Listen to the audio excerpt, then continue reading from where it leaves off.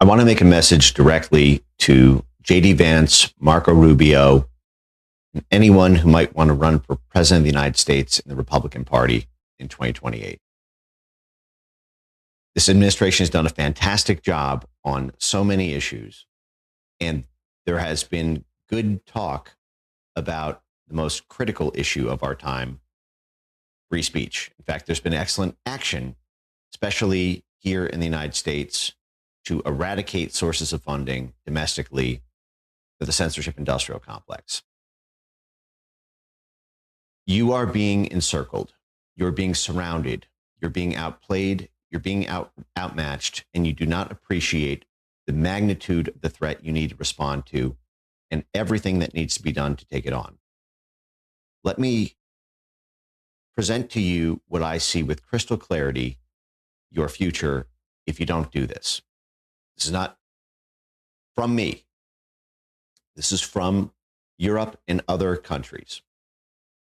What will happen slowly over the next 3 years is you will continue to be encircled, and it will be June or July of 2028. And this may hit before then. This may hit during the 2026 midterm elections. But what I promise you is that sometime between the summer and fall of 2028, when you, running as the inheritor of the mantle of Trump's MAGA movement, there will be a sudden, massive, global, it will seem coordinated, they must be coordinating it, massive imposition of fines totaling in the tens of billions of dollars, collectively leveled at Google, Facebook, Instagram, X, WhatsApp, Telegram, every single social media channel that American voters can use to speak with one another. All in tandem. There will be 14 different discrete countries, as well as giant trade bodies like the EU, who will pass coordinated, life-ending fines on social media companies if they carry any message that is a proxy for support for your candidacy. And by then, these social media companies will be under the gun. If they don't do it, they go bankrupt, unless you can stop them on their behalf. Or they can relent and censor the speech as a favor to the person who will certainly win the election if they go through with the censorship. They will look to you, and you will look helpless. And in fact, by then you will be helpless, because you will not have created the leverage to push back or to push back in time for the election. And you will find that as you scramble for points of leverage, the things that you think you have as leverage are actually not that helpful, because threatening to put tariffs on them, you will find that, well, they know you're going to lose if you can't use 21st century communications, if you have to communicate by messenger pigeon. So they know the tariffs are going to go away in a couple months. You can't threaten some sort of security pullout.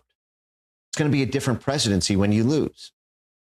You will have no leverage against this. And what you will find is that the thing that's necessary for leverage, a vast coordinated infrastructure, both intra-agency, within the State Department, within the War Department, within all of the different ambassador classes, from the U.S. ambassador to the EU, to every member state, to foreign countries all over the world who will all do this in tandem. You will find you have no allies in civil society in those countries. You'll find your ambassadors don't know what to say. Right now, you have no interagency coordination. In fact, you have no intra-agency coordination, let alone interagency coordination. Here's what I mean. What is necessary to do this is a full scale to stop the EU wing of the censorship industrial complex. And that is what this is. What we are seeing is very fine reporting from the House Judiciary Committee, and great attention to this paid by Jim Jordan. But you are misunderstanding what you are up against. It is being manifested through the EU. What you are not seeing is the mutual back scratching happening between American institutions and those EU bodies using the shotgun fashioned by the EU and other countries to point inward at home. Yesterday, the government of France raided the Paris office, I believe, of X, seized their files, and the Prime Minister of Spain announced a new initiative for mass censorship of American social media companies that would also include the ability to arrest Elon Musk for non-compliance with their censorship policies. I just went to the State Department X account. No public statement in response to this was even made, which is less than what's usually done in terms of just tweeting. You will look back in 2028 if you do not take action right now and point and sputter and say, how could this happen? Well, let me tell you what the Biden administration did to establish a censorship industrial complex so that you can appreciate the kind of free speech industrial complex that needs to be set up right now. They had intra-agency coordination, meaning the State Department bureaus were all working in sync with a common global goal. And then every country, the Western Hemisphere office, the Central and Eastern Europe office, the Asia, the Africa offices, they all had the same guidance about what to do in every country in their bloc in terms of pushing foreign countries to adopt mis and disinformation measures and to impose costs on American social media companies. I know, it sucks. It's the opposite of what they're supposed to do, which is to promote American companies abroad. But they did the opposite. So there was no conflict, for example, between the Europe desk, the public diplomacy desk, the democracy, rights, and labor desk. They all knew what each other were doing. They all had top-down guidance to do it. And the agency was in sync so that the censorship policies being promoted in Poland matched the censorship policies being promoted in Brazil, matched the censorship policies being promoted in France, matched the censorship policies being promoted in Spain. Now, every country's a little bit different, and some influence or funding or grants towards things is more effective in some than in others. So what they did is they created milestones and progress, and they tailored each censorship program and goal in every country to what they could reasonably push to that year, and then scaled from there. Beyond that, there was interagency coordination. The White House, your White House, set up a information integrity task force. Information integrity means censorship. It means the world of information can be chunked into two categories. High integrity, meaning speech that's allowed because you can trust it, and low integrity, meaning speech that the government wanted censored in every country, in every jurisdiction, on every platform on planet Earth. Now, this White House Interagency Task Force on Information Integrity had 26 government agencies and departments as part of its interagency task force. 26 government agencies and departments. The State Department, the Central Intelligence Agency, USAID, the Department of Defense at the time, DARPA. It was all the way down to the Department of Energy, the Department of Health and Human Services, the Department of Education. That's why it looks so full spectrum. It was not a random one-off tweet or a speech in Munich, which is great, which is fantastic. The infrastructure is missing. You have no ground game, and you have no top game. There is nothing. What can the U.S. ambassador to France say? Do they even know what to say? Is there any guidance? Is there any central task force? Do you think the thing that the U.S. ambassador to France, even if he or she were educated on this, would be able to push together with the chargé d'affaires in Spain or in the UK? How many ambassadors or embassies even know what's going on, let alone know what to do if they did know what was going on. How many of their jobs are dependent on doing a good job on defending free speech? There's three reasons that you can do this. One is because you believe in the principle, like me, like millions of your voters. So the second reason that you might want to do this is because it makes your base happy and makes people want to vote for you. The third reason is even if you don't want any of those, you'd rather do what's best for the donors on trade than what's best for the voters on free speech. I understand, real politics is what it is. But you should do this for you, if nothing else.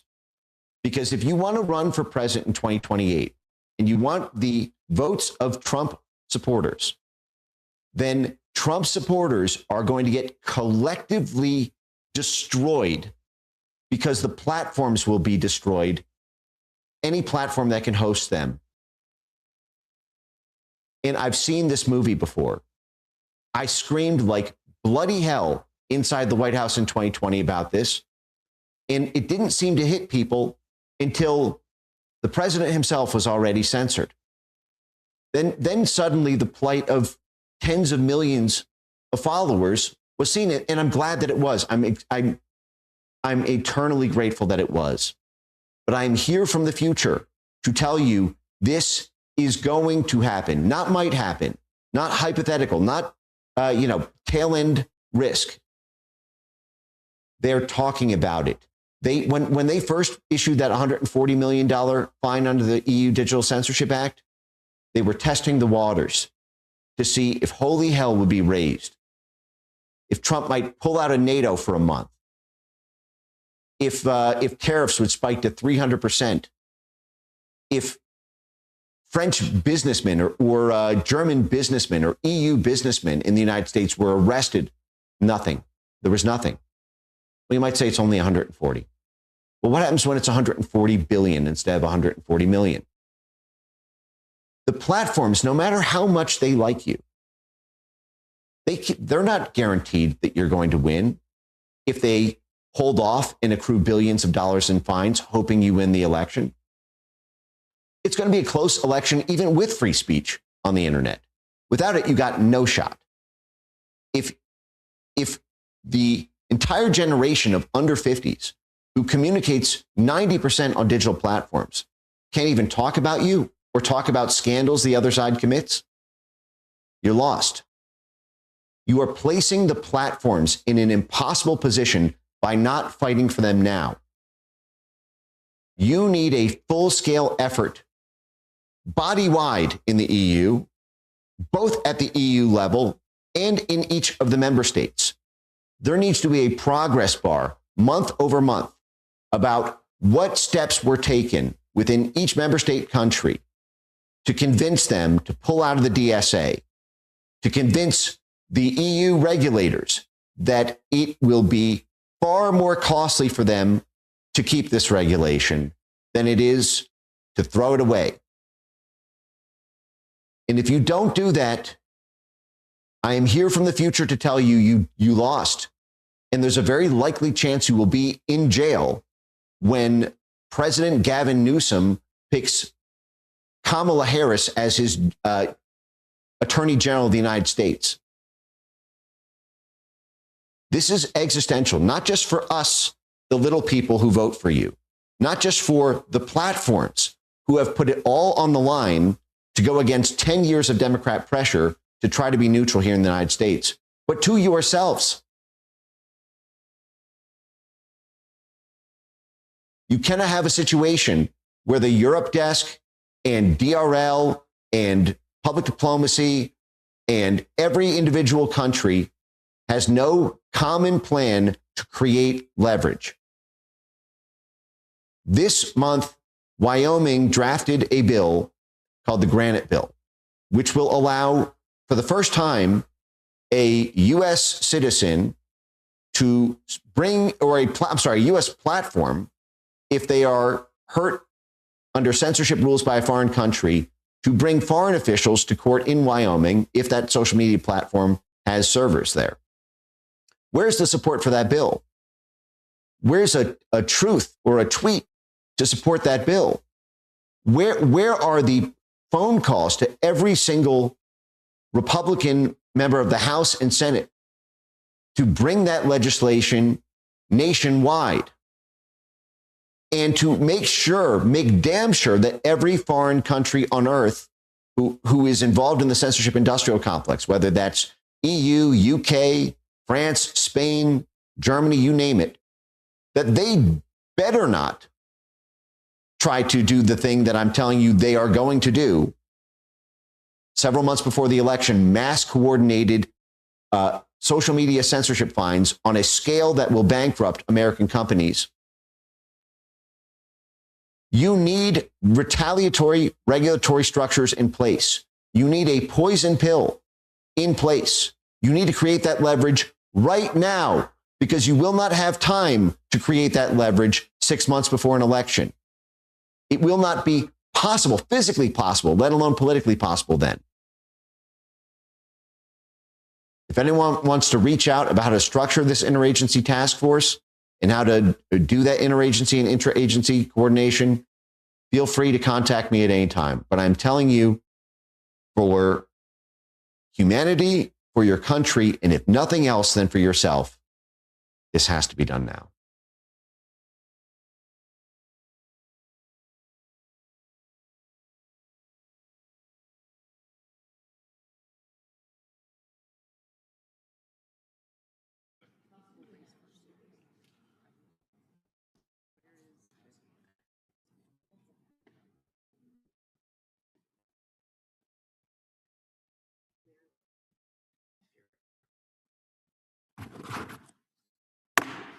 Committee will come to order without objection. The chair is authorized to declare recess at any time. We welcome everyone to today's hearing on Europe's threat to American speech and innovation. The chair now recognizes the gentleman from Florida, Mr. Moskowitz, to lead us in the Pledge of Allegiance.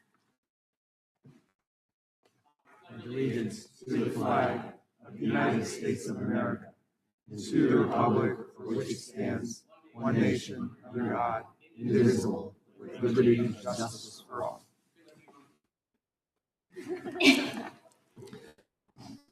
Would that be a new rule? The guy who announces that he's here gets to do the individual who announces that they're here gets to do the pledge. We'll now start with opening statements, and then we'll get right to our witnesses. The chair will recognize himself for an opening statement. On August 12th, 2024, Thierry Breton of the European Commission, which is the executive branch of the European Union, sends a letter to Elon Musk. And I just want to read the first sentence. I think this captures what we're talking about, what this hearing is about. It says, "Dear Mr. Musk, I am writing to you in the context of recent events in the United Kingdom and in relation to the planned broadcast on your platform X of a live conversation between a U.S. presidential candidate and yourself, which will also be accessible to users in the EU." So we've highlighted this first sentence. And I think this first sentence kind of captures it all. Here's someone from the European Commission, the executive branch of the European Union, writing an American citizen about an American company and about the American presidential election. And he said the catalyst, the context, the reason he's doing that are events that are happening in a different country, the United Kingdom, not even a member of the European Commission, about an interview that's going to take place between Mr. Musk and the American presidential candidate. So, to America, also not part of the EU, about events happening in the UK, not part of the EU, but this individual thinks that they're going to regulate the speech and are concerned about what may take place in this interview. That's the context for all of this. We called this out. We called it what it was: censorship and election interference. The European Commission said, don't worry, Mr. Breton acted alone. Really? We didn't think Mr. Breton acted alone at all. He was just foolish enough to say the quiet part out loud. A year ago, this committee started issuing subpoenas to tech companies, big and small. We asked them to give us your communications with foreign officials regarding censorship. The production started rolling in. The European Commission successfully pressured social media companies to change their global content moderation rules, directly harming the speech of Americans in the United States. This hearing is not about whether European governments can censor their citizens. They do it. It's wrong. We know that. But this hearing's about, we disagree with that, but this hearing's about whether American speech in the United States is being silenced by regulators across the pond in Brussels. And the truth is, that's happening. Just look at these documents from TikTok. This is the Community Guidelines Survey. We can put that one up too. I just want to highlight the primary motivation for the next round of community guidelines updates is to achieve compliance with the Digital Services Act. So here again, Europe's trying to influence speech and everything around the world. And what did TikTok censor in the US to placate the Europeans? Let's go to the next document. I think this censored, quote, marginalized speech and behavior, media presented out of context. I think that happens every single day, and probably in this committee. We're always putting unanimous consensus about this media, that one. They'll enter from something from the New York Times, we'll enter something from Fox or something like that. That happens all the time. TikTok censored true information and political speech on topics like immigration in the United States because of European censorship demands. But it gets worse. It's not just the European Commission is regulating the content moderation guidelines. Often they directly ask platforms, how are they handling US speech? In 2024, the Vice President of the European Commission, Vera Jourova, traveled all the way to California to meet with TikTok to discuss US election preparations. Now, why on earth would the EU, let's put this one up too, why on earth would the EU travel to California to talk about US elections? Is the Vice President, Ms. Jourova, is she interested in discussing both EU and US election preparations or to stay mostly focused on the EU? Her response, we're interested in both. I mean, that to me is just unbelievable. But again, this is where the Digital Services Act is taking us. The answer is obvious. The European Commission is trying to censor speech and meddle in elections worldwide. Now the Europeans try to hide what they're doing. They say that these censorship requirements are voluntary and achieved through consensus. But we don't think that's true either. But when the European Commission makes censorship demands, platforms have to listen. Platforms set it themselves in internal emails that we also got with our subpoenas. Let's put this one up too. I think this again captures it as well. Let's put the next one up there too. Following one, there we go. Yeah, let's just look at the bottom one. The European Commission is opening the Gen AI subgroup under the Code of Practice. I assume we want to join, and of course, then comes the truth. We don't really have a choice. We don't really have a choice. Europeans try to hide what they're doing. They say that these censorship requirements are voluntary, but they're not, and achieved through consensus, but we know that's not true, as I said, and platforms have said it in this document. Finally, I just want to say today we have some victims of European censorship. Ms. Rasanen, a doctor, devout Christian and grandmother of 12. She tweeted out a Bible verse and is on trial under Finland's hate speech law. And that's the kind of censorship Europeans want worldwide. Mr. Linehan, I'm sure the left is going to be especially mad at you because you used to. We had a similar witness. We had a similar witness a couple years ago. Matt Taibbi was part of the Twitter files and exposing what was going on there. He was and probably still is left of center, but he stood for free speech, sat right where you guys are sitting. And here's what happened to him. Democrats called him a so-called journalist. They asked him to divulge his sources in the middle of that hearing. After the hearing, they tried to criminally refer Mr. Taibbi. And here's the kicker. During the hearing, while he's sitting there testifying, the IRS was actually at his home knocking on his door while he was testifying. You talk about intimidation. While he was testifying to Congress, the Biden administration had the IRS make a friendly visit to his home. So we appreciate you being here as well. I don't think that's going to happen today because we have different folks in the White House, but we appreciate all our witnesses here. We will get to you in just a few minutes, but first I'm going to yield to the ranking member for an opening statement, and then we'll get to your 5-minute testimony. With that, the gentleman from Maryland is recognized. Mr. Chairman, thank you very much. Thanks to the witnesses for joining us. Our colleagues want to have a hearing today about the First Amendment under attack, so let's have it. Our freedom of speech, our freedom of assembly, our right to petition government for a redress of grievances, our right to a free press are all under siege today by President Trump and his masked agents at ICE, who operate like a lawless private paramilitary force occupying American communities across the country. In the last several weeks, ICE agents have killed Renee Good, a U.S. citizen and 37-year-old mother of three, gunning her down in cold blood simply for exercising her First Amendment rights. They've killed Alex Preddy, a U.S. citizen and ICU nurse treating military veterans for exercising his right to record government officials in action and to speak to and render aid and comfort to another U.S. citizen, a woman who was violently shoved to the ground by an ICE agent. This small act of kindness, solidarity, and dare I say chivalry then brought the hellfire of a gang of masked ICE agents down on Alex Preddy. As they pummeled him, one agent discovered Preddy's firearm, which Preddy had never drawn or brandished, despite the instantaneous lies the Trump administration spewed out about him after he was killed. The agent confiscated his weapon, which he carried lawfully under the Second Amendment in Minnesota's state's conceal and open carry laws, and then the ICE agents proceeded to shoot him 10 times, executing him in cold blood simply for exercising his First Amendment and Second Amendment rights. In Chicago, Border Patrol police shot 5 times U.S. citizen Marimar Martinez, a Montessori school teacher, when she was on her way from her home to church to deliver clothes she had collected for the poor. When she saw the now familiar to us aggressive, violent raid taking place against people in her own neighborhood, she honked her horn to warn people.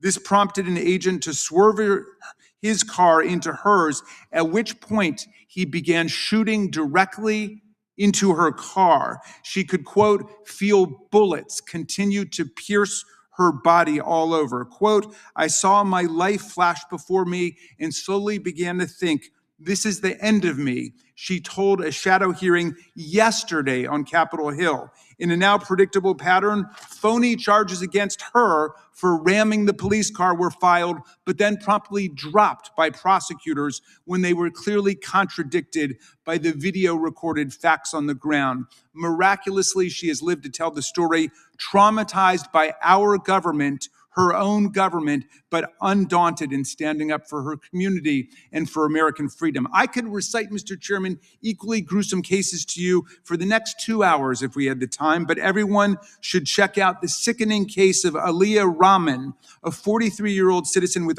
autism in Minneapolis who was violently accosted and assaulted by ICE agents as she tried to make her way to a medical appointment. She screamed she was disabled and begged to be left alone. You must look at the footage of her violent abuse at the hands of these masked ICE goons smashing her car window and pulling her to the ground to believe that something like this could ever happen in the United States of America. Of course, the Department of Homeland Security lied about her, immediately calling the helpless autistic woman an agitator, the way they originally tried to defame Renee Good and Alex Preddy as domestic terrorists. With their pathetic propaganda, they had to withdraw. If there are domestic terrorists on the loose in Minneapolis, it's not the unmasked people exercising their First Amendment rights.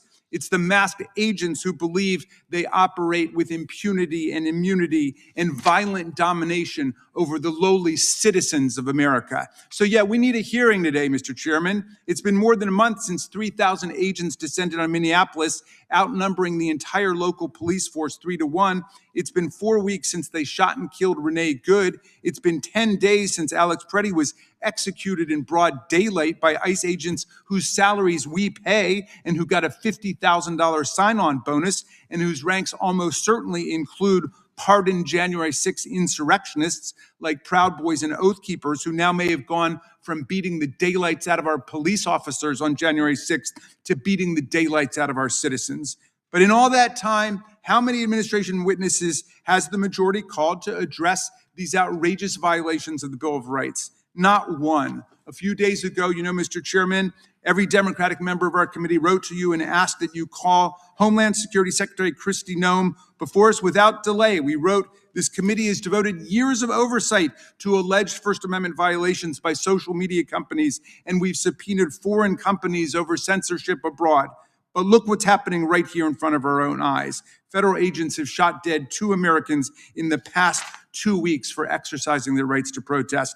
We are glad that you have heeded our calls and called Secretary Noem in, but instead of demanding that she appear immediately today, her hearing is set from a month from now. But this is a constitutional emergency today. The government is destroying our social contract by attacking the people and our rights on a daily basis. Where is the sense of urgency, Mr. Chairman? It may be the giant Republican donor and Jeffrey Epstein pal Elon Musk is upset that his company's on the hook for violating the law in Europe.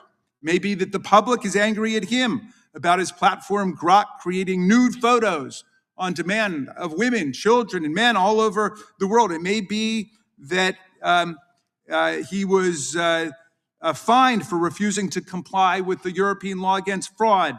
We can look at all that stuff. In normal times, I'd appreciate a vigorous scholarly discussion and debate about all of that, comparing Europe's aggressive, proactive approach to America's more laissez-faire approach when it comes to regulating online evils like child pornography, cyberbullying, and the epidemic of cyber scams taking place online. I'm an academic, as you know, and I'd welcome one more committee seminar on the difference in views of the Europeans versus the Americans on things like revenge porn, AI programs that compose suicide notes for teenagers, and racist conspiracy theories being promoted online. But we've got time for all of that, Mr. Chairman. This is an emergency today, what's taking place in our own country. These are not normal times. There are sweeping, blatant, and violent attacks on the freedom of expression taking place right now in America, not in Brussels, not in Geneva, not in a seminar room in Oxford. Wherever you come down on child pornography, whether you agree with the aggressive European approach or you like the Elon Musk, Jeffrey Epstein libertarian approach, whatever, the truth is that the European Commission is not posing a threat to our essential freedoms and constitutional rights today. The threat to our freedom and our people today comes from the authoritarian violence unleashed by the Trump administration and this reign of political terror and lawlessness being committed against our people. As the chief federal judge of Minnesota wrote last week, ICE has violated more court orders in January 2026 than some federal agencies have violated in their entire existence. ICE is not a law unto itself. Mr. Mayel, you're the executive director of the ACLU. We're grateful you've come to tell us what's going on in your state and to help us make sense of the idea that a European statute that no one in America has ever heard of poses a greater threat to our freedom and our Bill of Rights than roving gangs of masked ICE agents gunning down American citizens in broad daylight. Mr. Chairman, let's bring in Secretary Noem without any further delay. Thank you for your indulgence, and I yield back. Gentleman yields back. Just a couple quick comments. 4 weeks from today, Miss Secretary Noem will be sitting right here in front of the committee. 1 week from today, Attorney General Bondi will be sitting here. The European Commission, I think our witnesses would argue, is a threat. Just ask Dr. Rassanen what's happened to her. And I would point out, we've had Democrat witnesses here. In fact, last Congress, we had a Democrat witness who at the time was the Democrat candidate for president, RFK Jr., and the Democrats in that committee hearing, it was a hearing on censorship. You can't make this stuff up. It was a hearing on censorship, and the Democrats made a motion to go to executive session. So no media could be in the room to hear what RFK Jr. was going to testify to in a hearing on censorship. You can't make it up. So I appreciate the ranking member's critique there, but I think there's plenty of critique to go around. We will now move to to introduce our today's witnesses. Well, first, without objection, all of the opening statements will be included in the record. Today's witnesses, we will start with Mr. Lorcan Price, who's been with us before, is an attorney with Alliance Defending Freedom International, a nonprofit organization that works to protect religious freedom, free speech, parental rights, and the sanctity of life. Before joining ADF International, he was an attorney in Ireland. Mr. Graham Linehan is a comedian, director, and journalist and now Fox News. I saw this morning. I'm working out this morning. I see you doing an interview on Fox News. In September of 2025, he was arrested upon his arrival at London Heathrow Airport for tweets he posted while he was in the United States. Dr. Päivi Räsänen is a member of the Finnish Parliament, medical doctor, former Minister of the Interior. She was first elected to Parliament in 1995. That's a long time in Parliament. God bless you. In 2021, she was criminally charged for tweeting a Bible verse. Mr. Deepinder Mayal, I think I got that close. Deepinder Mayal is the Executive Director of the ACLU of Minnesota. He previously served as Executive Director of the James H. Binger Center for New Americans at the University of Minnesota Law School. We welcome all our witnesses. Thank you for being here today. We will begin by swearing you in. If you'd please stand, raise your right hand. Do you swear or affirm under penalty of perjury that the testimony you're about to give is true and correct to the best of your knowledge, information, and belief, so help you God? Let the record reflect that the witnesses have answered in the affirmative. Thank you. Please be seated. Please know that your written testimony will be entered into the record in its entirety. Accordingly, we ask that you summarize your testimony in 5 minutes. I think we will start with Mr. Price, and then Mr. Linehan, and then Mr. Räsänen. So, Mr. Price, you're welcome, recognized, and welcome to begin. Thank you very much, Chairman Jordan, Ranking Member Raskin, distinguished members of the committee, ladies and gentlemen. I'm delighted to share the panel today with fellow Irishman, Graham Linehan. I'm not a comedy writer, so I won't make a joke about 2 Irishmen who walk into Congress. Of course, I might be arrested on returning to London, as you did experience, Graham. I'm also delighted to share it with our client, Päivi Räsänen, who will speak in due course about her ordeal in Finland.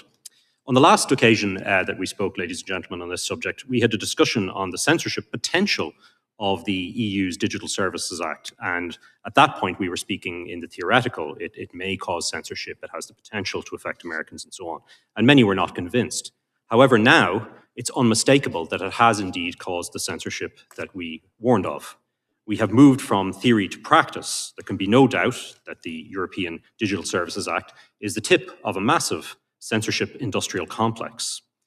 The enormous fines levied on X Corporation by the European Commission since the last hearing has proved beyond all doubt that the European Union means to strangle free speech by a systemic assault on US companies. The EU has a multi-pronged strategy to open multiple investigations, to add more and more regulations, and to impose crippling fines, and ultimately, I fear, to attempt to break up or ban companies such as X who are pro-free speech. But it goes deeper. This censorship campaign is not just aimed at destroying free speech in Europe. It's about imposing European laws globally. Make no mistake that Europe's draconian speech laws are being imposed on your citizens via global content moderation rules, as indeed this committee's investigation has so amply pointed out. The EU's obsession with eliminating free speech means they have a global campaign to ensure that all speech online and platforms that allow it are banning illegal content to prevent, quote, systemic risk to the discourse. US companies are therefore transformed into a global censorship police. They must engage in a process of analyzing, quote, how platform design, algorithms, and content moderation impacts public debate, misinformation, and media pluralism. This is what is being forced on American companies today. If they don't comply, then they face possibly endless investigations and crippling fines. There are multiple ongoing investigations into X, including for not allowing illegal content. In Europe, illegal content can mean calling a German politician an idiot or posting, as we know, a Bible verse. So let's be clear, what's happening to X now is that free speech is such a threat to the European elites that they will either cripple X with fines and investigations, break up the company, or force them to bend the knee at the altar of censorship. I hope that they stand strong because we need free speech in Europe now more than ever. I want to commend this committee on its investigation, which shows that US companies are already having to adopt EU standards in relation to their content moderation policies. So it is directly affecting, to answer Congressman Raskin's point, First Amendment rights of Americans today in practice. There are ongoing actions as well under the Digital Markets Act and various other regulations. And I think it's fair to say that it's become a point where the European Union has fines of American companies as a line item in their annual budget. Last year, roughly 3.8 billion euro was levied in fines against US companies. National countries are also trying to get into the act. We saw that the French police raided X's offices in Paris just this week, and the Spanish Prime Minister has announced criminal liability against company owners for so-called hate speech. I have submitted in my written testimony excerpts of the ridiculous hate speech laws that we have to suffer under in Europe. Of course, hate speech has no real meaning other than speech they hate. And what I would say to our American friends is you cannot allow the EU's rules on hate speech to be imposed on the entire digital world via the DSA. Americans know how this goes when this committee in the past has exposed censorship around COVID. Text censorship denudes and eliminates free speech online. The threat is real, and it is with us now.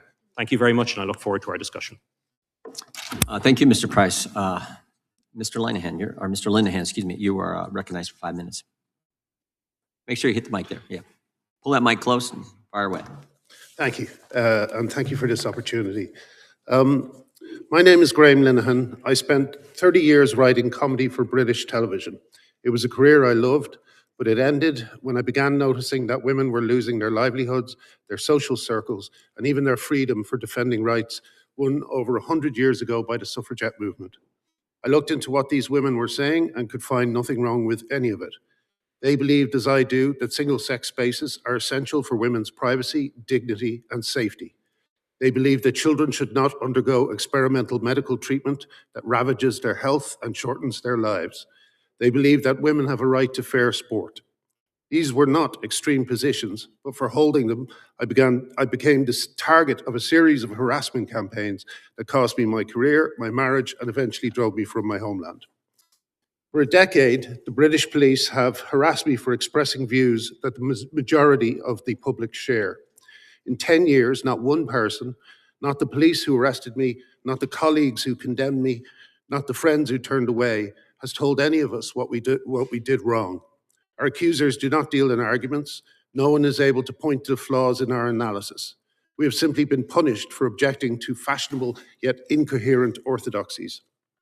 When I could no longer make a living writing comedy, I returned to journalism, which was my first profession. On my Substack, I interviewed cancelled women on my YouTube channel covering stories the BBC refused to touch. On my Substack, my colleague published a weekly roundup of outrages. We called it the War on Women.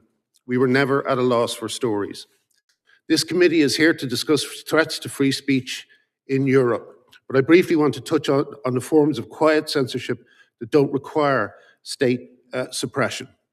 For the state has learned to let others do its work. When employers fire workers for protected speech, when banks close accounts, when publishers drop authors, when platforms suspend users, the government's hands stay clean. The censorship happens. The state didn't do it. In Britain, we have discovered that you can have formal free speech and no free speech at all. I want everyone to understand that gender ideology and free speech cannot coexist. You can hear the lie in the very language. Trans woman meaning man, trans man meaning woman, trans healthcare meaning the opposite of healthcare, trans rights meaning men's demands. An ideology that tells lesbians they are bigoted for not accepting male partners is not progressive, it is homophobic. And I will bring this home to Washington for a second. Right now, a man named Hobby Bingham, who calls himself Princess Zoe Andromeda Love, is a registered sex offender in this country. He raped a 12-year-old girl. He was transferred to the Washington Correction Center for Women, where he raped a developmentally disabled female inmate. This is not happening in Britain. This is happening here. These are the policies we are being asked to accept.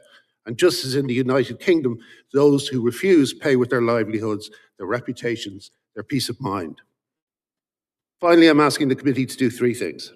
First, use every diplomatic lever you have to pressure the British government to implement its own Supreme Court ruling. Women just won a landmark case confirming that sex means biological sex. The guidance to enforce it has been written, and the Minister for Women and Equalities has blocked it for months, calling it trans-exclusive.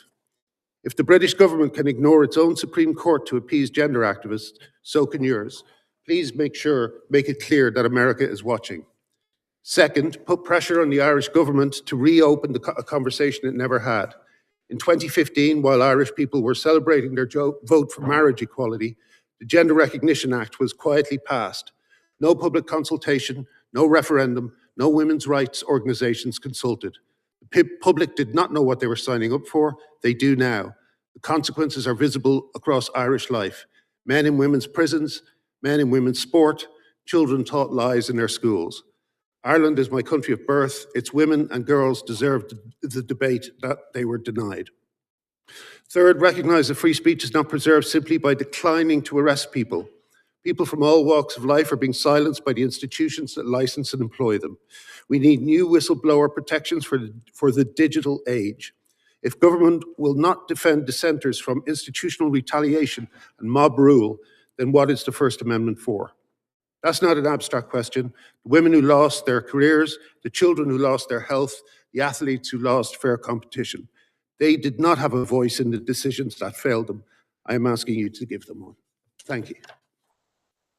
Thank you, Mr. Linehan. Doctor, you're now recognized for 5 minutes. Chairman Jordan, Ranking Member Raskin, and members of the committee, thank you so much for inviting me to speak with you today. My name is Päivi Räsänen. I'm from Finland, and I'm a medical doctor, and I have served previously as a member of the, I now serve as a member of the Finnish Parliament since 1995, but previously I have served as a Minister of Interior. I love my country. Finland is a democracy that was built on the rule of law and fundamental freedoms. These values matter deeply to me as a European and as a Christian.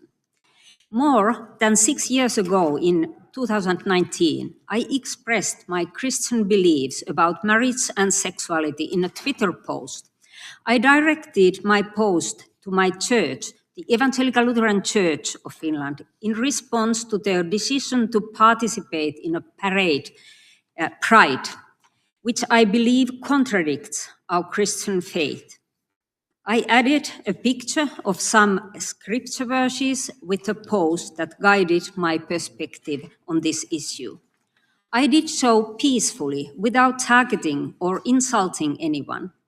For this exercise of my free speech, I was investigated by the police. I was interrogated for more than 13 hours, and I was charged with criminal hate speech. In addition to the Twitter post, I also was criminally charged for a short pamphlet on human sexuality I had written for the church years earlier, in addition to comments I made in a radio discussion. Lutheran Bishop Juhana Pohjola was charged alongside me for publishing my pamphlet for the church. Under Finnish law, our charges fall under the section of the Criminal Code dealing with war crimes and crimes against humanity and can carry up to 2 years of prison time. This was difficult to comprehend. I want to be very clear. I didn't insult anyone. I simply expressed my convictions rooted in my faith.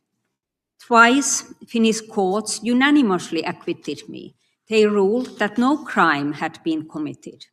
Despite these clear rulings, the state prosecution continued to pursue their charges against me. And last October, the Supreme Court of Finland heard my case alongside that of Bishop Pohjola. My defense was based on the freedoms of speech and religion protected by Finnish, European, and international law. The bishop and I are now awaiting the decision of the Supreme Court. This case has never been only about us. It is about whether peaceful expression of deeply held beliefs can be treated as a criminal act in today's Europe. It is about whether citizens, including clergy and elected representatives, may speak openly on matters of conscience without fear of prosecution. It is about whether it is illegal to say what you believe. Our story shows how the process itself becomes the punishment. We have faced years of legal uncertainty. This creates a chilling effect for everyone who holds views outside a narrow state-approved consensus. When the state controls which ideas and beliefs may be expressed, democracy becomes fragile. Speech that is lawful today can become criminalized tomorrow. This should concern every person that values freedom. I have been supported by my faith, and thousands of expressions of support I have received from around the world, including many from the US Congress. I remain hopeful. I trust that freedom of expression can still be upheld. It is too important to lose. My wish is simple, that Europe and our democratic partners remain places where every person can speak freely. And I'm pleased with the good relations between United States and Finland and hope that they will continue to strengthen. Thank you for listening, and thank you for your commitment to freedom. Thank you, Doctor. Mr. Mayall, you're recognized for 5 minutes. Thank you. Chairman Jordan, Ranking Member Raskin, and members of the committee, thank you for the invitation to testify today. My name is Dipinder Mayall, and I am honored to serve as the Executive Director of the ACLU of Minnesota. And I appreciate this committee's interest in free speech, and I'm here today to talk with you about what is happening in my home state of Minnesota, which feels like it is under siege and where the First Amendment rights that we all cherish are under attack in a more grave way than I have ever experienced in my life. If you have not been on the ground in Minnesota in recent weeks, it is hard to imagine how un-American it has felt, and I want to give you a firsthand account. For the people in Minnesota, this is a time of profound grief, fear, and outrage. In recent weeks, we have experienced violence, chaos, and abuse at the hands of hundreds and now thousands of mass law enforcement agents brandishing weapons of war on American streets. 2 people have been shot and killed for observing and protesting the actions of federal agents, Renee Good and Alex Preddy. Witnesses to their deaths are their neighbors and fellow Minnesotans. One witness to Mr. Preddy's killing submitted a sworn statement to court in our lawsuit, Tincher versus Nome, saying that they were so afraid of retaliation, they went into hiding. Quote, "I do not feel safe in my city," said another witness to Mr. Preddy's death. This person was a doctor who had run to the scene to perform CPR on him. Quote, "I worry that I or someone I love will be shot and killed for voicing their displeasure and being in the wrong place at the wrong time." End quote. This is not the America we recognize. This is not the America and the free country that we cherish. It is not the America we deserve, nor the one that our laws or Constitution allow. At the worst moments, it has felt like we are living in a police state. Agents have stormed our parks and schoolyards. They have blocked our streets. They have barricaded store parking lots. They have thrown tear gas in front of our homes. They have pepper sprayed peaceful protesters and indiscriminately pointed semi-automatic weapons in the faces of American citizens. People living in the United States are not and should not have to be accustomed to armed agents demanding to see their papers, but that's now happened in far too many places in the region. Heavily armed mass squads have broken into people's homes and dragged American citizens into the street. And if you appear to ICE or Border Patrol as a possible immigrant, you risk being snatched off the street, often with physical violence, and being put into detention. And although many Minnesotans are peacefully protesting, thousands of Minnesotans are now afraid to leave their homes. Public schools in Minneapolis closed the week of January 8th after federal agents pepper sprayed, tackled, and handcuffed multiple people. According to school district officials from Fridley and Richfield, more than 30% of students were absent from classes that week. Across the region, children are still learning online due to fear of attending school. Business and commercial districts are like ghost towns, as the very presence of federal agents make people terrified to go about their daily life, and immigrant community members and neighbors have not left their homes in weeks, avoiding even basic daily activities like buying groceries, picking up prescriptions, or going to work. This is not an unintended impact, it is intentional. The administration has deployed thousands of agents in a bid to spread fear, cause people to flee the country they call home, and make the rest of us too afraid to speak out.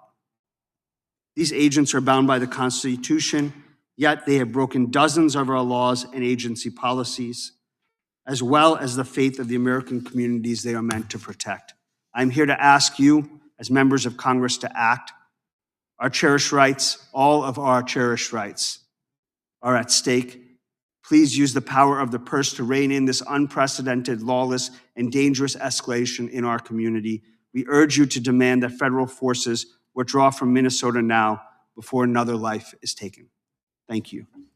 Thank you. We'll now proceed with 5-minute questions from members. The chair recognizes the gentleman from California, Mr. Kiley. Thank you, Mr. Chair. Thank you to our witnesses. History shows that freedom of speech is rare and that censorship and repression are common. And perhaps the primary principle that has set the United States apart throughout our 250-year history is our commitment to freedom of speech as the foundation of our democracy and self-government. And yet, even here, we witness threats to freedom of speech from time to time. And thanks to the work of this committee, we were able to uncover the extent to which censorship took hold during the prior administration in pressuring social media companies to censor the content and speech of American citizens. For example, on perhaps the most significant event in generations, the COVID-19 pandemic, individuals were forbidden from positing a theory as to how it started that likely turned out to be true. Or in the run-up to the 2020 election, damaging information about one of the presidential candidates was systematically censored on social media, which the leaders of those companies have now admitted was wrong. Indeed, in response to this committee's investigation, Mr. Zuckerberg of Facebook has stated that it was wrong for that platform to respond to the censorship demands of the Biden administration. Thankfully, we are in a much different place in this country now, although in some parts of the country, there still is an impulse to censor. In my state of California, the governor, Gavin Newsom, saw a parody video that was criticizing Kamala Harris right before the 2024 election, promptly called for a law to ban the video. It was signed. Thankfully, that was struck down by the courts in short order. We still do have checks and balances here. But increasingly, we're seeing that the threats to the freedom of speech of American citizens emanate from abroad, as the different approach that some of our European allies have taken to freedom of speech has become even more different and systematic and global in nature in recent years. So, Mr. Linehan, I want you to just walk us through what happened to you, because you were in the United States, you put up a tweet.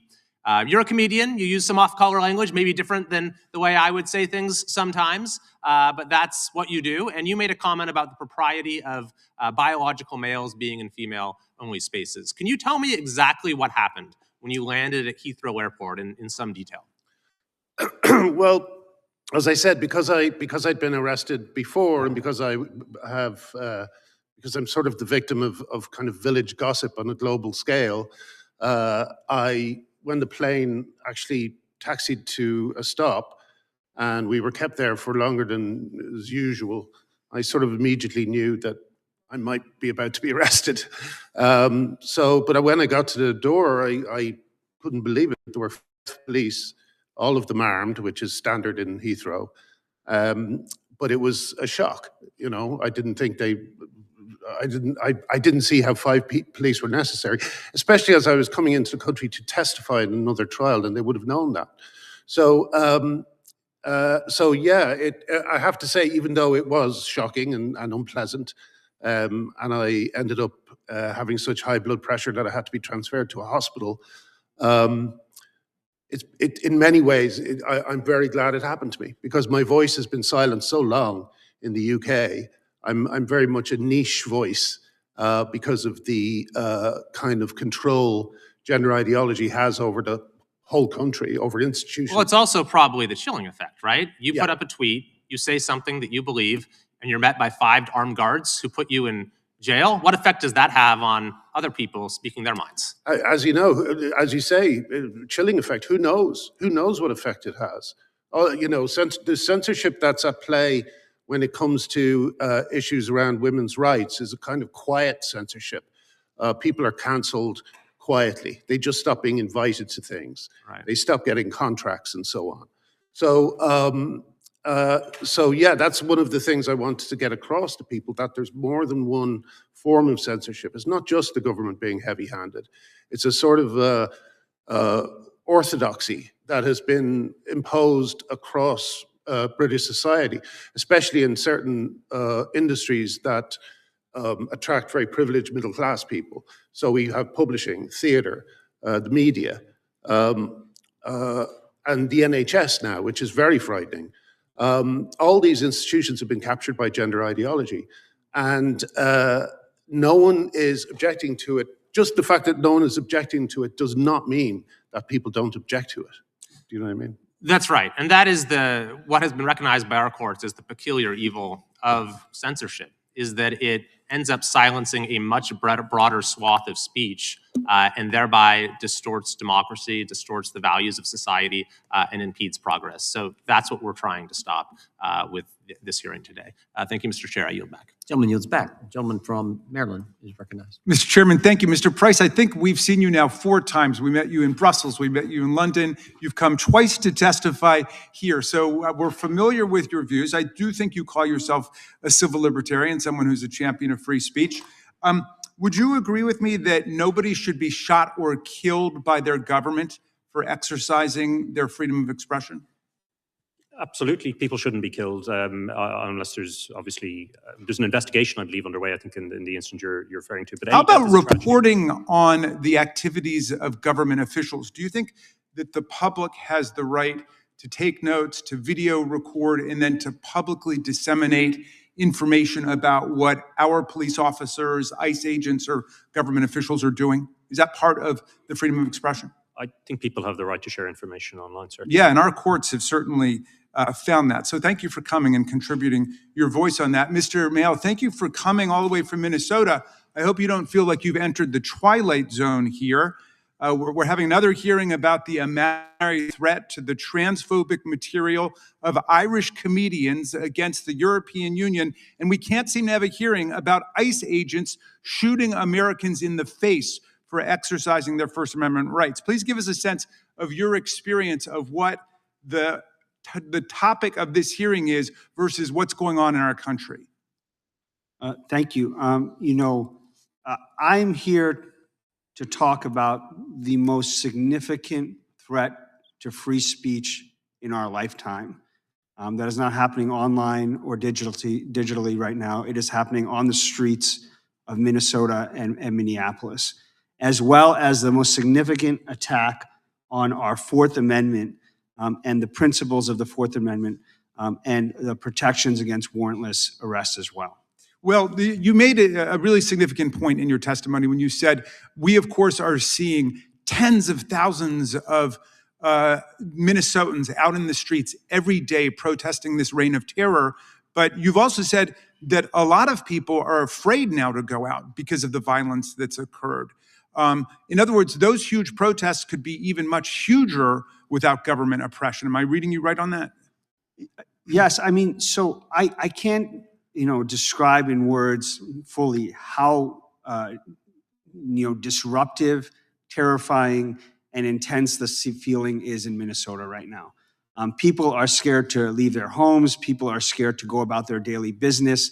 And I'm not talking about just immigrants. I'm talking about immigrants with legal status. I'm talking about people of color. I'm talking about whole swaths of the community that are afraid to be in the wrong place at the wrong time. And I'm talking about people who are exercising their protected First Amendment rights of free speech. Well, are the ICE agents who we see ripping people out of their cars, knocking down doors without warrants, shooting people, are they distinguishing between U.S. citizens and immigrants, or are these authoritarian violent tactics being used against anybody who they perceive to be in their way? What we have heard, starting when the surge began in late November, we started to immediately start to hear of reports of unconstitutional activity. The use the wild use of pepper spray on crowds, peaceful protesters, the pointing of semi-automatic weapons indiscriminately, the deploying of tear gas in playgrounds and in residential neighborhoods. It has been a broad swath of unconstitutional activity. Well, are the people of Minnesota upset about the way that the European Union Digital Services Act is affecting Elon Musk? Are people talking about that? I'm here to talk about what is happening on the ground in Minnesota and the most significant free speech issue happening in the country today. Well, we appreciate the fact that you came, and we appreciate the fact that the ACLU is standing up for people's rights. You've seen lots of rights under attack. The freedom of speech is under attack. The right to assemble peacefully is under attack. The right to petition government for redress of grievances is under attack. The freedom of press is under attack. The Fourth Amendment right not to have your door knocked down without a search warrant based upon probable cause issued by a neutral, independent magistrate is under attack there. All of these things have become the object of destruction by ICE and by the Trump administration. I just wonder if you would reflect generally on the state of freedom in your city. I can tell you that it feels like the rule of law is under siege in Minnesota. Thank you. I yield back to you, Mr. Chairman. Gentleman yields back. The gentleman from Wisconsin is recognized for 5 minutes. Just an inquiry of the chair, I guess, before I ask my questions.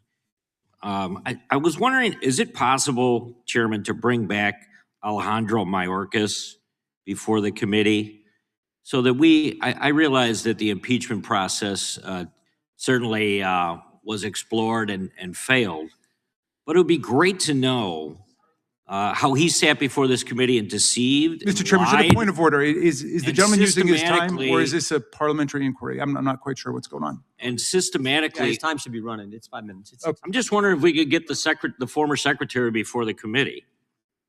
Because he systematically opened the border to illegals from 2021 to 2025 for a purpose, I suppose, is securing some type of new political base. And Minneapolis never happens if it wasn't for Biden, Mayorkas, and the elected officials that pretended that opening the border to illegal criminals for 5.5 years to be reversed and cleaned up at some point. I just think it'd be interesting if the committee could bring him back. Mr. Linehan, to my knowledge, you were the first person arrested by the UK government over tweets, but this could have happened to any American resident who uses social media to discuss politics. Isn't that right? I mean, if somebody was on their way back from the UK and suddenly arrived at Heathrow, they could be arrested too, even if they were American citizens. I can't really speak to that, but I wasn't the first. There's been many women arrested because trans activists have reported them to the police before me. As far as America goes, I don't think they would like the publicity of arresting an American national in the UK, but we really only have that to depend on. You know, they just choose not to do it at the moment. So yeah, I think that there is a general danger of people being affected by, you know, really quite random rules on speech. Something that, like saying that there are two sexes, used to be something we all believed. I believe Mr. Raskin possibly even believed it.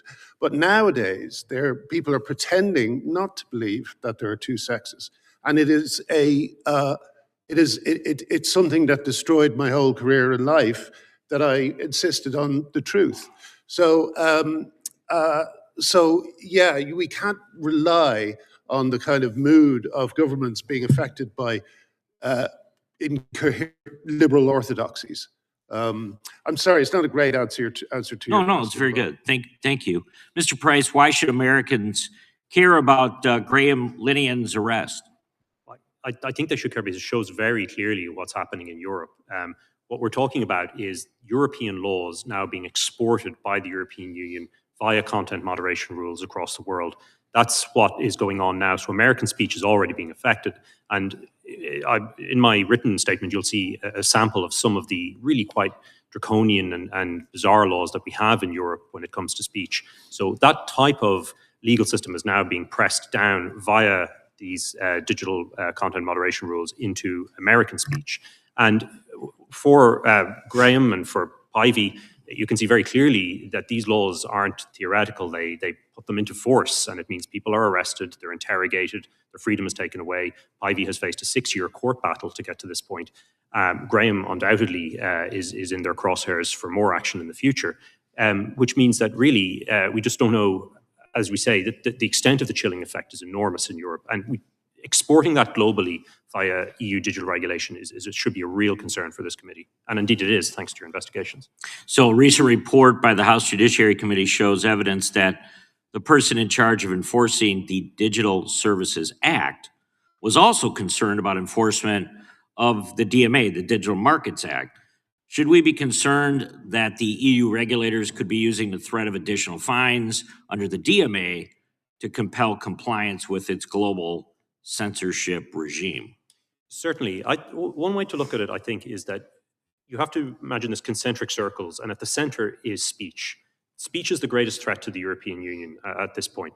Being openly able to criticize the various escalating crises in Europe is the worst thing that they can have. And at the moment, X and to a growing extent, Meta, where that conversation is being had, they will use other forms of weapon outside of that to attack companies allowed. There is a huge amount of regulation over the last 10 years that they've introduced, including the Digital Markets Act, the General Data Protection Regulation, GDPR, and it's growing all the time. So if they don't start an investigation under the Digital Services Act, they have other options. But I think at the core of this is an antipathy and hatred of free speech, which they want to globalize in order to protect their power in Europe. Thank you, Chairman. I yield back. There's 120 million reasons why DMA is a concern to America. I mean, we know what's going on. Mr. Chairman, the gentleman has a unanimous consent. Thank you. I've got 2 quick UCs. One is from Tech Policy Press, how the House Judiciary GOP misread Europe's 120 million euro X decision. And then I'm wondering if it's possible for us just to incorporate by reference and resubmit everything that we had at the last hearing, since this is essentially duplicative of what we did last time, and just it's more environmentally responsible just to have it resubmitted rather than as long as that's not a problem, I can check with our parliamentarians. Okay. As long as that's not a problem, Good deal. Without objection, we can. Thank you very do much. that. It saves us time. And now is it Mr. Natler, gentleman from New York, is recognized. Mr. Chairman, mass federal agents are wreaking havoc in our streets and killing our citizens. The Trump administration has launched a brutal and reckless campaign to strike fear in immigrant communities, conducting warrantless raids, pulling elderly people from their homes without judicial warrants, tearing children away from their parents, and taking the lives of American citizens who are exercising the First Amendment rights to protest and to shine a light on the horrors unfolding in their communities. It's no wonder the Republican majority wants to change the subject and to distract from its utter failure to perform oversight over the Trump administration's lawless and deadly policies. But it is absolutely galling that they have called yet another hearing on alleged threats to free speech in Europe, while they stay silent about the greatest threat to free speech on either side of the Atlantic, the President of the United States. From the earliest days of his administration, the President has conducted a full-scale assault on the First Amendment, targeting news organizations, individual journalists, individual students, and even comedians who would dare challenge him or his policies. Any news organization that publishes unflattering coverage or any journalist who asks a question he does not like is at risk. He has tried to ban the Associated Press from the Oval Office because it refuses to use the absurd name Gulf of America. He has sued such prestigious outlets as the BBC, the New York Times, and the Wall Street Journal for billions of dollars apiece because they have reported true and critical information. He is hoping that they will be intimidated and will follow the cowardly examples set by CBS and ABC's corporate owners who settled baseless lawsuits. CBS's parent company was handsomely rewarded for this strategy when its multi-billion-dollar merger was approved days after settling with Trump. But the threats of CBS continued just last month when the White House press secretary relayed a message directly from Donald Trump to a CBS anchor who had just conducted an interview with the president that if they did not air the interview in full, then, quote, we'll sue your ass off. Just last week, his attorney general ordered the arrest of independent journalists Don Lemon and Georgia Fort for reporting on a protest in St. Paul, Minnesota. despite a judge having previously found no probable cause to believe they had broken the law. Even comedians who are critical of the president cannot escape his retribution. We all remember his handpicked FCC chair threatening that if ABC did not take Jimmy Kimmel off the air, the FCC could, quote, do this the easy way or the hard way. And after comedian Trevor Noah made a joke about the president's relationship with Jeffrey Epstein during the Grammy Awards the other night, Trump threatened on Truth Social that as he did with ABC and CBS, he would send his lawyers to sue him and, quote, have some fun with him. Between the schoolyard taunts and the childish nicknames in his post, it would be easy to dismiss this pathetic rant as a joke. But the president has shown that he's all too serious about using and abusing his authority to go after critics. And his administration has followed his lead, sometimes with deadly consequences. When Alex Preddy and Renee Good were shot in cold blood by ICE agents, it was because they were exercising their First Amendment rights to protest and monitor law enforcement. They were trying to hold these agents accountable, filming their activities and shining a light on their abuses. Administration officials rushed to paint the victims as the aggressors, smearing their names and making false claims about what happened. It is only because we have video evidence of these incidents that we all know the truth. That is exactly what is so threatening to this administration. They want to silence their critics. They will use any means to do so. They've even pressured tech companies to take down apps that allow people to alert their neighbors about ICE activity in their community. While the Trump administration conducts a breathtaking assault on the First Amendment, we have not heard a peep from our Republican colleagues. Instead, they want to focus our attention on European regulators and online safety laws. But Republicans insist that they are the true defenders of free speech. Give me a break. Mr. Mayo, the people of Minnesota have shown us how powerful it can be when citizens bear witness to the dangerous and unlawful actions of their government. Why is that so important to protect? Well, our First Amendment protects our right to record ICE. And I want to just focus in on that as a really important part of the constellation of accountability. Taking photographs and video of things that are plainly visible in public spaces is a constitutional right. And that includes police and other government officials carrying out their duties. And specifically, the First Amendment protects the right to both photograph and video police conduct occurring in both public, because it protects the right to gather information about what public officials do on public property, and because it protects the right to record such matters. And that includes the right to live stream such content. Mr. Mayo, thank you for being here today to share with us your firsthand account of the terror that federal agents are inflicting on our communities. My time has expired. I yield back. Gentleman yields back. Mr. Mayo, did the Biden administration censor people?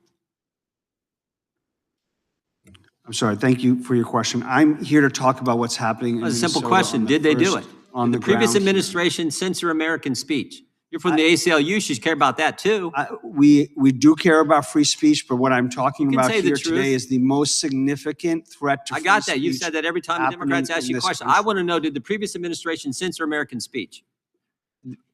Chair, this is not, what is happening in Minnesota is not normal. Well, here's what Mark Zuckerberg said to the committee in August of 2024. Senior officials from the Biden administration. On what time is the chairman asking this? My time and Clemens ticking. He hasn't gone yet. Oh, okay. Could we restore the time? The gentleman yielded back, and it's my 5 minutes. Officials from the Biden administration, including the White House, repeatedly pressured our teams for months to censor COVID-19 content, including humor and satire. Did it happen, Mr. Mayo? Chair, I would love to be sitting here talking about committee? online privacy, but I'm here talking about what's happening on the streets Mark of Zuckerberg lying to the committee when he said that? I'm not here to speak about that. Well, here's how it I works. wish I was, but Here's I'm how here to it works. speak about Mr. the most Price, significant threat to free Mr. Price, speech. let me ask. Here's how it works. Day 3 of the Biden administration, they send a tweet from the White House to Twitter. Take down this tweet ASAP. It was a tweet from RFK Jr., and it was about COVID. That's how it started, specific tweets. Then it progressed to policy. We have all kinds of documents we got in our investigation last Congress which show the policy. Change your policy. Leadership asked misinformation policy, a couple of teams on product policy to brainstorm some additional policy levers. So then broader. First, it's just a specific tweets. Oh, we got to stop this tweet from influential people. Then it's a broader policy. And now we got foreign governments trying to impact American speech.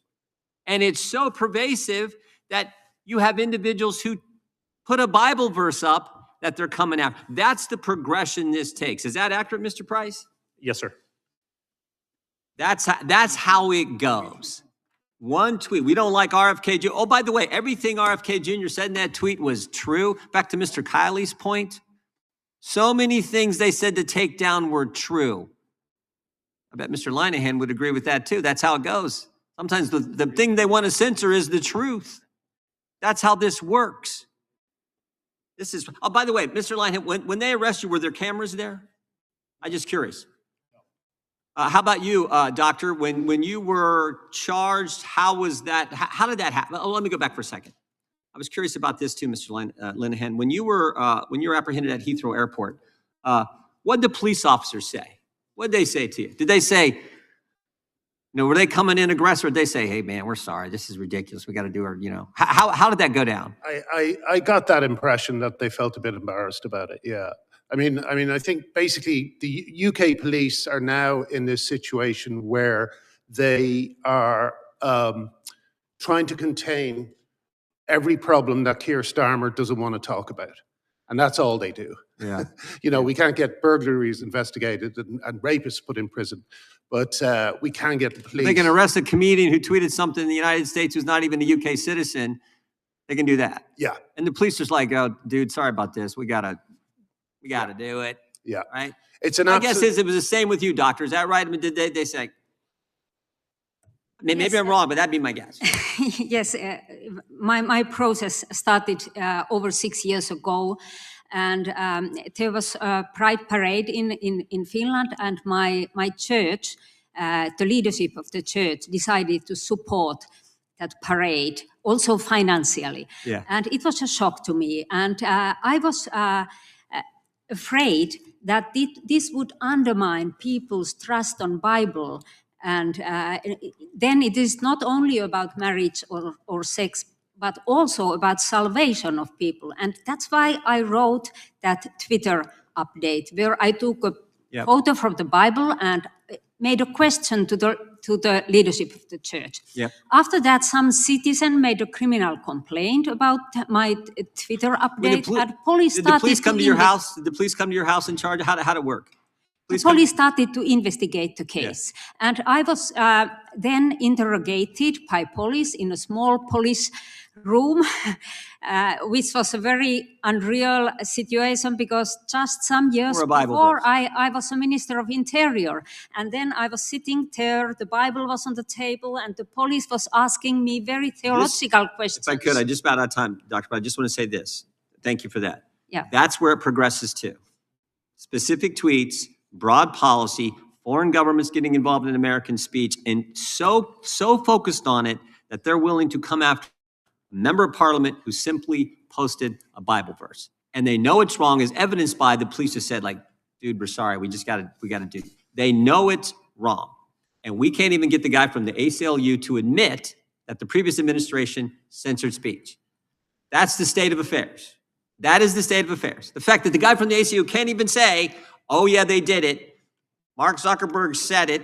We got all kinds of evidence of it. And it's so pervasive. They're even going after people, nice people like the doctor who simply put a Bible verse online. Mr. Chairman, I yield back. Could I introduce for unanimous consent the Supreme Court's decision, Justice Barrett's opinion? Sounds like you're doing that right now. If that's all right. It's Murthy versus Missouri, rebutting everything that you just said about what happened in the last administration. Without objection.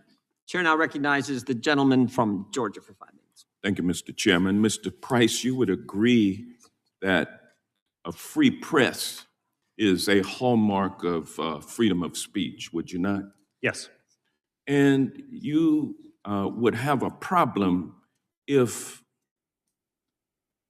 reporters and reporting organizations were barred from government offices and officials if they did not agree beforehand that they would allow those officials to approve their publications or their story. You would agree that that would be against principles of free speech, correct? in responding to the, I believe, theoretical question, I would... Well, it's actually not even a theoretical question. It happened about a year ago, just days into this new administration. The Department of Defense kicked out news organizations that refused to agree to allow their stories to be pre-approved in order to have access to the government offices and those officials. I mean, that actually happened. And this committee has had no hearings on that, but yet it would call you over here, and you agree with me that that is an impediment towards free speech when the press does not have access to government officials. And you would agree with that, correct? If yes or no? Well, I think it's a little bit more complicated than that, okay, sir, well, with no, respect. it's not complicated at all. What do you think about that, Mr. Mayal? You would agree that government officials should be subject to the media, correct? Yes, I mean, I believe in a free press as protected by the First Amendment. Yeah, and this committee also has not had any hearings about this administration issuing a search warrant to obtain the communications devices and computers and records of a Washington Post reporter. That was something that was egregious, but this committee is silent about it. Calls you all from overseas to talk about First Amendment issues here in America, but yet is failing to look at what this current regime is doing to stifle free speech when it comes to freedom of the press, which, Mr. Price, you agree is a hallmark of freedom of speech. I mean, why is it that this committee is wasting time because of a $125 million assessment against Elon Musk by Great Britain for violating its rules? I mean, this man is worth $700 billion, and you all are over here talking about $150 million.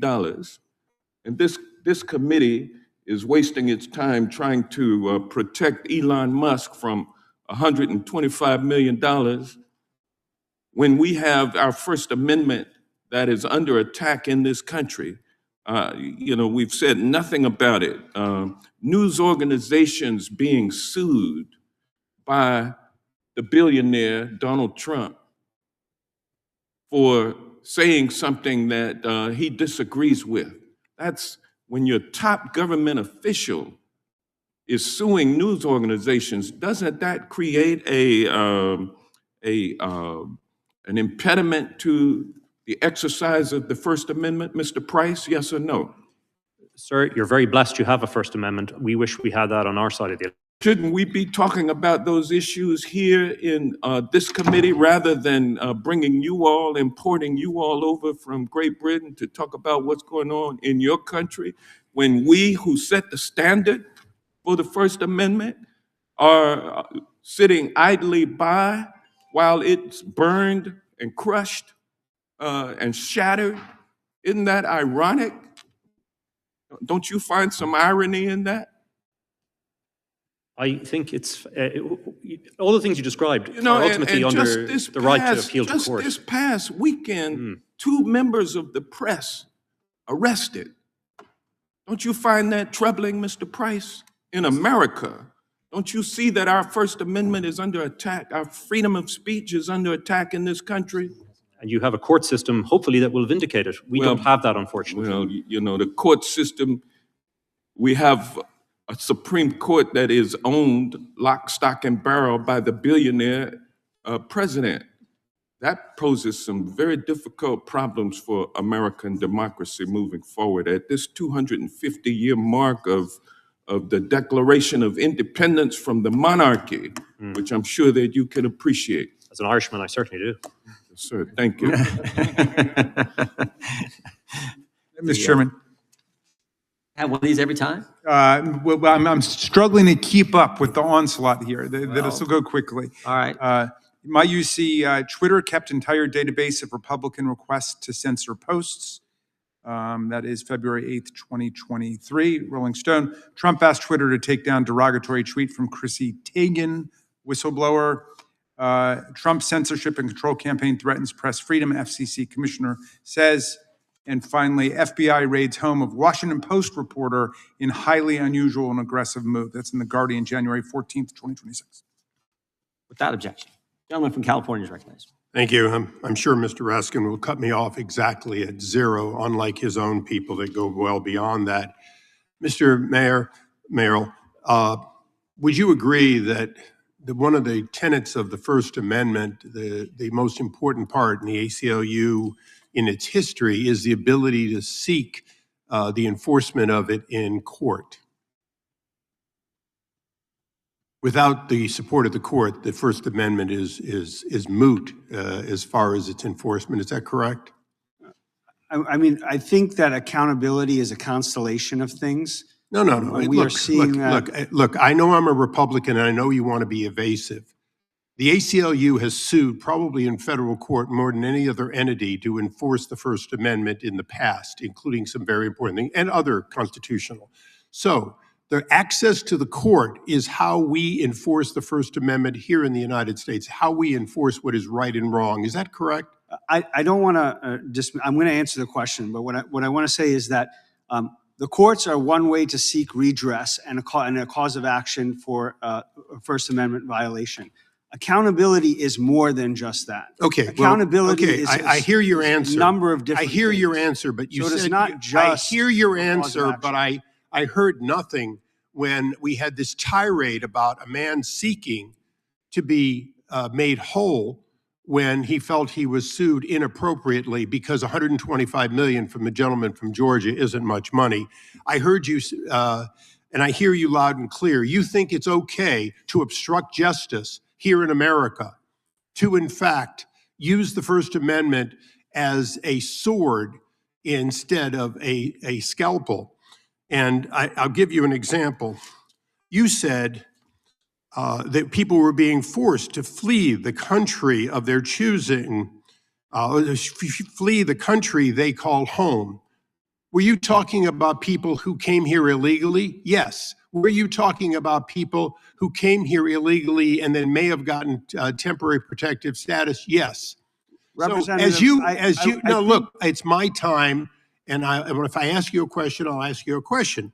The fact is, you've come here for a hearing that was about whether or not the First Amendment should have a global reach, whether somebody who says something in America who's a citizen of another country can be arrested in a third country because they don't like what was said in America. And instead of being here to testify for that, when the chairman asks you a question, you go dumb. Shame on the ACLU. You didn't protect the First Amendment under the last 4 years, and now you come here with the hypocrisy of all time to pretend that the ACLU hasn't become an arm of the Democratic Party. It hasn't become... No administration has gotten a free pass from the ACLU. Yeah, well, the last Not one got a hell of a administration. free pass. So I'm going to ask the other folks a question, which is a question. I'm the vice chair of the Foreign Affairs Committee. And although this is Judiciary Committee, clearly the question of whether we can work together to enforce it is important. For each of the witnesses who came here to answer questions related to the hearing, if the United States uses its global reach, power, and influence to enforce that when the First Amendment occurs, when speech occurs in the United States, that you are at that point an American person for purposes of protection under the First Amendment. If we begin a process of retribution, sanctioning, whatever it takes, even against our best friends in Europe, in order to say, if you say it in the United States, you cannot be prosecuted in another country. Is that something you believe that we should do as a tenet of global democracy that America was founded on? We weren't founded just on the question of rights here. We were founded on spreading democracy and freedom around the country. So yes or no to the greatest extent possible. should we in fact begin a process of doing what I know the chairman and I want to do, which is making you a protected person if you say it in America, if you publish it in America, that we will not allow you to be prosecuted for that speech in another country. I'll go start with the doctor. Yes, I have to say that I'm very happy for your support to freedom of speech. And I noticed that you all have raised great respect to the First Amendment. And I'm happy for the support that you give. Mr. Chairman, briefly, could the others Mr. Price answer? and Mr. Linehan. Yes, that would be I think that's a great idea. If they won't, like we need freedom of speech, it's that important. And these are, I know there's been efforts to dismiss the subject of the trans issue, but it's a very important issue. A lot of children have been hurt. Thousands of children have been hurt. They've been received double mastectomy. Mr. Price, briefly. Yep. Yes, sir. I think it's a very wise idea, and there are plenty of options, I think, in that we could discuss. Thank you. I yield back. Gentleman yields back. The gentlelady from Washington is recognized for 5 minutes. Thank you, Mr. Chairman. We have a 5-alarm fire here on the First Amendment rights in the United States, and even your Republican witnesses have said that this is the model. You wish you had it, right, Mr. Price? And yet, this committee is spending no time at all on actually looking at that. It's the first time Republicans have wanted to import foreigners to talk about any issue. But let me just be clear that right now we have a situation where Trump's ICE and Border Patrol agents are routinely using excessive force, killing 2 U.S. citizens, using chemical weapons, physically assaulting and threatening people, directly attacking people who are exercising their free speech rights hundreds and hundreds and hundreds of times. And with respect to Mr. Price and Mr. Issa, who seem to suggest that the courts can resolve everything, there is no court order that can bring back people from the dead after they've been shot. So this is a serious issue, and I don't want you all to be used to further some false thing about how we have to fight for free speech rights of Americans in your countries when we are not addressing the First Amendment right here at home. And you don't have to just take my word for it. I have a video to play. Please play the video.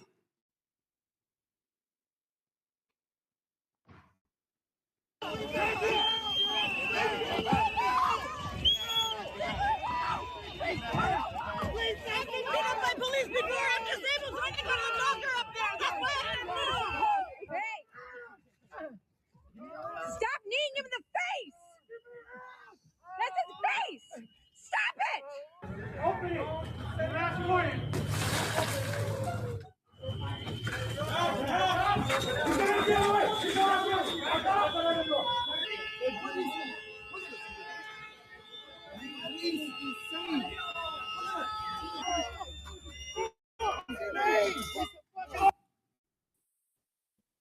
Those are just a small fraction of what is happening in the United States of America. So be very careful when you come here at the request of my Republican colleagues to testify on the abuses of First Amendment rights.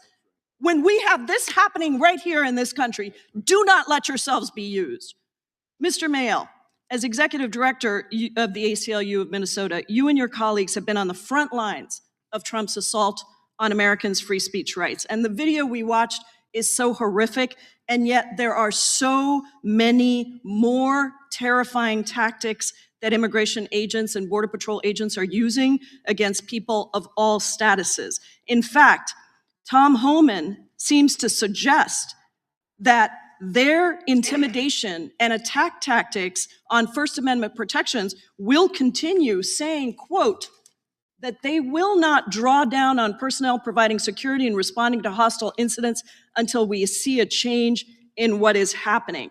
And let's be clear that while he is admitting that Kristi Noem has failed in this whole effort when he says he'll draw down 700 agents in Minnesota, that's still 2,300 agents that are left in Minnesota, 4 times the size of the local Minneapolis police force.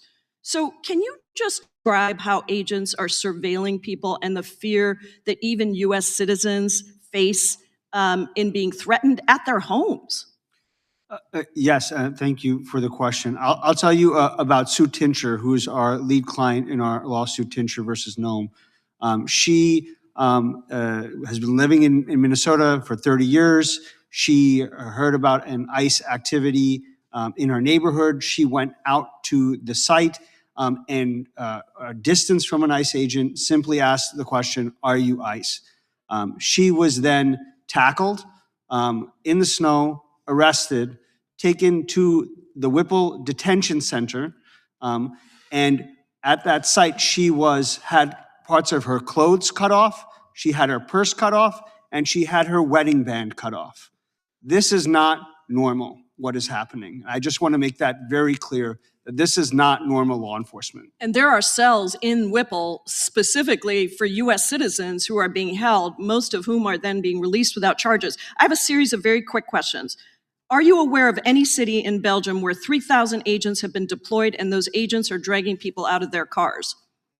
Not that I'm aware of. Any city in the UK where federal agents point firearms at civilians exercising their legal right to observe them? Quickly, Mr. Mael. In recent years, not that I'm aware of. Are you aware of any city in the EU where a federal agent has shot and killed a citizen and the leaders of that country justified the killing with no credible evidence before any investigation had occurred? In recent moments, not that I'm aware of.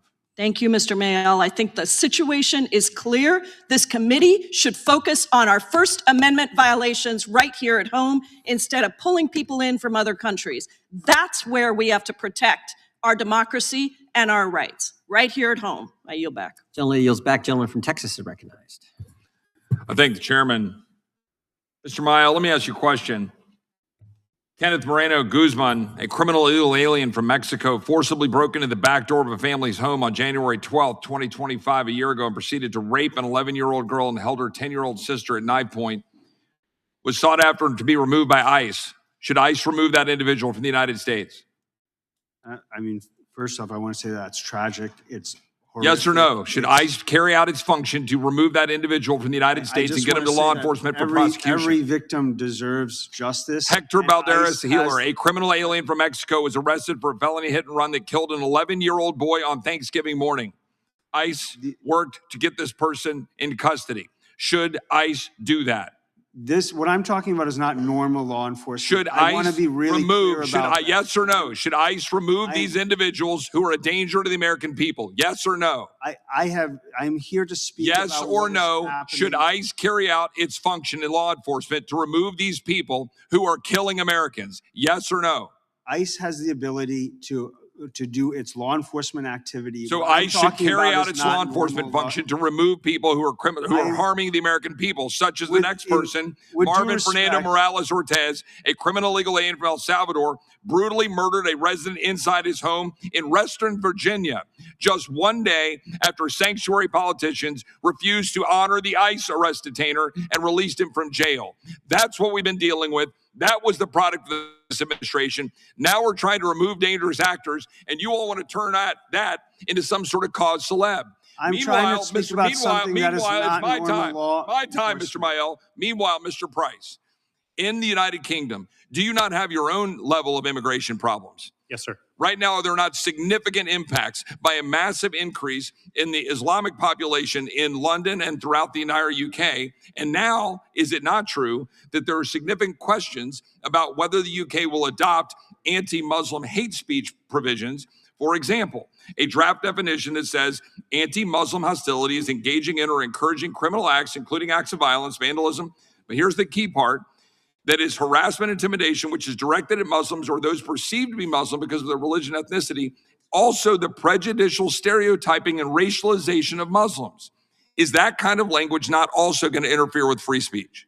Very serious. We have a client who was arrested for preaching the gospel.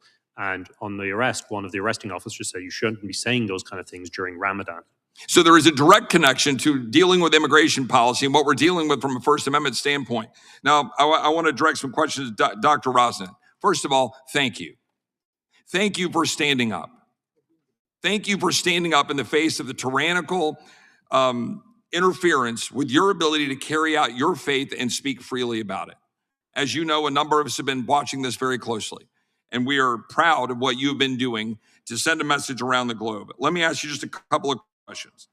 Is it correct that the alleged crimes against you, that were charged against you, consisted solely of, as you described before, a Bible verse posted on social media, comments during a radio debate, and a religious pamphlet published years earlier? No, I don't think that it is right, because I have not insulted anyone. My speech has been peaceful. And at no point did you call for violence, coercion, or unlawful conduct? No. I have told all the time that all people are equal, and we all are sinners, and we all are in need of grace. So I do not insult any minority. Is it true that prosecutors reportedly compared portions of the Bible to extremist literature when they were going after you? Yes, the prosecutor filed up charges because of my Twitter update, where the main focus was on the Bible verses. And is the prosecution reportedly offered you a deal to recant your statements in exchange for avoiding prosecution? Is that accurate? Already in the police investigation, the police gave me 2 weeks' time to take away my writings, and I said that I will stand up before these teachings. And my final point is, the trial court unanimously acquitted you, correct? Pardon? The trial court unanimously acquitted you, correct? Yes. And the acquittal was later affirmed by an appellate court. But despite that, prosecutors appealed again to the Supreme Court in your country, keeping you under legal threat for years, even now. Is that correct? For simply speaking about your faith, putting it in a pamphlet years before, that's what is occurring. Is that correct? Yes. Well, we thank you for that. I would like to insert into the record, Mr. Chairman, a letter that I signed and sent to MP Rosnan and some others dated May 21st, 2024 on this point. Objection. I wrote an op-ed called "The War on Religious Freedom. We Must Stand Up for Finnish Christians Facing Trial for Their Faith," in which we described this, that I jointly authored with Tony Perkins. Objection. I would like to increase also several letters that I could go through one by one, but for the sake of time, I would just like to insert them in group form that are signed by a host of our colleagues that were directed to MP Rosnan about her courage and her faith, letters that we've sent since 2021, 2022, 23, 24, encouraging her and others to stand up. And I'd like to insert those into the record without objection. Without objection. Doctor, God bless you for your courage as well. I think the gentlelady from Washington has a I do. UC. I have a couple of UCs here, Mr. Chairman. The first one is from the New York Times, I believe, about the way in which the Trump administration is smearing and humiliating citizens in order to influence public opinion while sending a warning to other critics to beware of crossing the administration. It's called "They Couldn't Break Me," a protester, the White House, and a doctored photo. without objection. Second one is from, it's from CBS News, titled "ICE Agents Wrongfully Detained U.S. Citizen in Minneapolis for Looking Somali." Without objection. Next one is from the BBC, "New Jersey Mayor Arrested in Protest at my Center." Without objection. And I believe that's it. Thank you. Is it the gentlelady from Vermont or Ms. Scanlon? Gentlelady from Pennsylvania is recognized. Thank you. I understand that our Republican colleagues would prefer to distract and divide with a hearing that completely misses the moment. Just days after armed and masked U.S. agents have shot and killed 2 citizens on the streets of an American city. So it's important that we refocus on the threats to civil rights and liberties that are occurring right here, right now in America. And I want to thank Mr. Mayo for bringing firsthand testimony to Congress about what is happening on the streets of Minneapolis, because the people of Minneapolis have risen to this moment and understand it better than everyone. The White House has unleashed armed and masked federal agents onto our streets to terrorize our communities. And if you think it doesn't affect you, think again. Masked government agents are kidnapping people on the streets of American cities, citizens and non-citizens alike, breaking into their cars and homes, holding them at gunpoint, raiding homes without warrants in violation of the Fourth Amendment. Government agents are surveilling, threatening, and assaulting Americans when they peacefully observe and protest these acts in violation of the First Amendment. They're detaining children and adults with no criminal records in nightmarish conditions in violation of every standard of human decency. And in the last 28 days, Trump's paramilitary goons have violently and lawlessly shot and killed 2 Americans.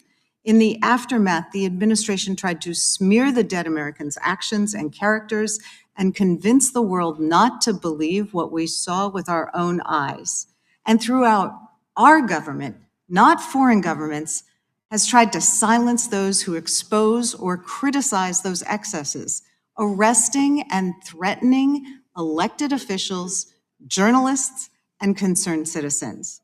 So why isn't Republican leadership of this committee and Congress hauling the Department of Homeland Security and Kristi Noem before this committee? Why aren't they conducting an investigation into the killing of American citizens and the use of excessive force by ICE and CBP? Why aren't they doing their jobs to demand accountability? Americans are outraged. I don't understand why my Republican colleagues are not. Instead, they're trying to deflect attention and tell us that Europe poses the biggest threat to Americans' rights. It's insulting because it is really clear that right now, the most serious threat to American civil rights and civil liberties is coming from our own government. Now, Mr. Mayo, we've seen ICE agents conducting warrantless arrests, and a particularly egregious example occurred in Minnesota when masked agents broke into a man's home, held him at gunpoint, and dragged him out into the freezing cold in his underwear and a pair of Crocs, only to realize he was an American citizen with no criminal record, and the guy they were actually looking for was already in prison. How would the Fourth Amendment address this situation? Why is it important that we have warrants with respect to searches of people's homes, et cetera? Thank you. The founders ensured that the Fourth Amendment places significant limits on the government's ability to enter our homes, search our persons, and subject us to arrest. And one of the clearest rules under the Fourth Amendment is that federal agents just can't break into your home and arrest you without a judicial warrant. That judicial warrant is a critical component to ensuring accountability. That is what we are seeing more and more that is missing. We are seeing on the ground the use of administrative warrants, which do not allow someone, an agent, to enter your home and arrest you. And if a judicial warrant is sought, doesn't the judge require the government to show that they have the right house and the right person, and that there's probable cause to suspect that they're going to find the person they're looking for there? That's right. That's that layer of accountability that comes into a showing that you're not just going into someone's home based on a limited amount of suspicion or in certain cases, in these cases, racial profiling or just thoughts this person might not be here legally. And would you agree that when folks argue that immigrants don't have constitutional rights, or immigrants don't have the right to demand a warrant before their home is searched, not only is that contrary to the Constitution, but if you take that position, then you can end up with the situation that we had in Minnesota, where a citizen's constitutional rights are being violated because there was no due process, no probable cause, no warrant. Our constitutional rights and the rights of the Bill of Rights apply to us all. And explicitly, the Fourth Amendment says all persons. It doesn't say citizens, does it? That's correct. Okay. Are you familiar with the opinion by the Texas judge in the case involving the boy in the blue bunny hat? Didn't the judge there say that using an administrative warrant is like the fox guarding the hen house? Okay. You can answer that real quick, Mr. We are really concerned, very concerned about the erosion of the Fourth Amendment. And I know that that's something that's dear to many people in on this committee. And the use of an administrative warrant is a significant erosion if it's being used to go into homes to arrest The people. gentlelady has Thank you. I have a UC. Okay, go ahead. I seek unanimous consent to introduce Guardian, British newspaper. Article, 8 people have died in dealings with ICE so far in 2026. These are their stories. It's dated January 28th. Without objection. Gentleman from Arizona is recognized. Thank you, Mr. Chairman. Mr. Manuel, isn't it true that there are constraints on the use of First Amendment speech rights? Yeah, I mean, so yes, the it's the First permissible. Amendment. There's constraints on it, right? And it's permissible for individuals to protest in America, right? There are rights to Right. protest in the United States. And of America. people can And the even, rights to- courts have found, I mean, these are yes or no. You don't need to. Sure. If you filibuster, which sometimes people like to do, we'll never get through this. But I'm going to make sure we get through it no matter how much over time I go, just like the Democrats are. People can even video police actions in public spaces, right? Courts have held that. Yes. Multiple courts, right? Yes. But there is a caveat to that right, isn't there? There's a list of constraints even there, right? So for instance, you cannot videotape police activity if there's a reasonable expectation of privacy by anyone there, right? I'm That's not what the following courts that. say. I'm not following that. You have a right to videotape law enforcement when law enforcement is conducting its activity in public spaces. In public That is what spaces, is right? going But if on. there's a reasonable expectation of privacy, courts have said that you can't go beyond that. They've also said you can't interfere or obstruct police activities, right? The First Amendment does not protect interference with law enforcement, obstruction. Yeah, you don't need to repeat everything I say. You can either agree or disagree. That's fine. If there's an intention to interfere, or if the individual should have known that they were interfering, their right to videotape is not protected. Isn't that true? The issue that is happening is when there is unlawful speech, when it's the not courts held that? protected, it Have does the courts- not give law enforcement the right to Sir? wildly pepper spray. It does not give them the right to deploy tear gas. Okay, so you It want to does not give them- pontificate. We realize that you were brought here to pontificate the Democrats' deal. I was of brought answering here to questions. tell you what's were- happening you on were the not ground brought in here- Minnesota, and it is happening, and it is being So, recognized by Republicans and there's Democrats. also- The time and law belongs to the enforcement gentleman. The agents time alike. belongs to the gentleman from Arizona. Yeah, I'm asking you questions. You answer them. You can answer. You can agree or disagree, but these are very simple. I think you'll get them even because they're yes or no questions. The individual cannot videotape if they're not if it actually hinders public safety. Isn't that true? You're not allowed to interfere with law enforcement. You can't. You're talking about hypothetical scenarios. If you as you're talking are about the law. impeding public safety, courts have held you can't get there. Okay. Apparently, I can't ask you questions because you're not going to answer truthfully. Here we go. Here's the deal. I have answered Here's that. here's I've the answered deal. that. You cannot Here's the impede deal. law It's my enforcement. turn. I'd like to reclaim it. Here's the deal. If you are impeding public safety, the courts have said you cannot continue to videotape. The courts have said the police can set distance parameters that the public must stand back from to preserve public safety or to prevent damage to a crime scene. You would agree with that much at least, right? There are limits Yes. to protected You speech. can't enter private property. You can only do it on public property, right? There are limits to protected You speech. You're can't. giving hypotheticals that are really broad. You can't. These are court cases. You can't trespass either, right? You cannot violate someone's privacy rights. That is all true. That's true. Let's watch a video real quick here of what's going on in Minnesota. This is not peaceful protest.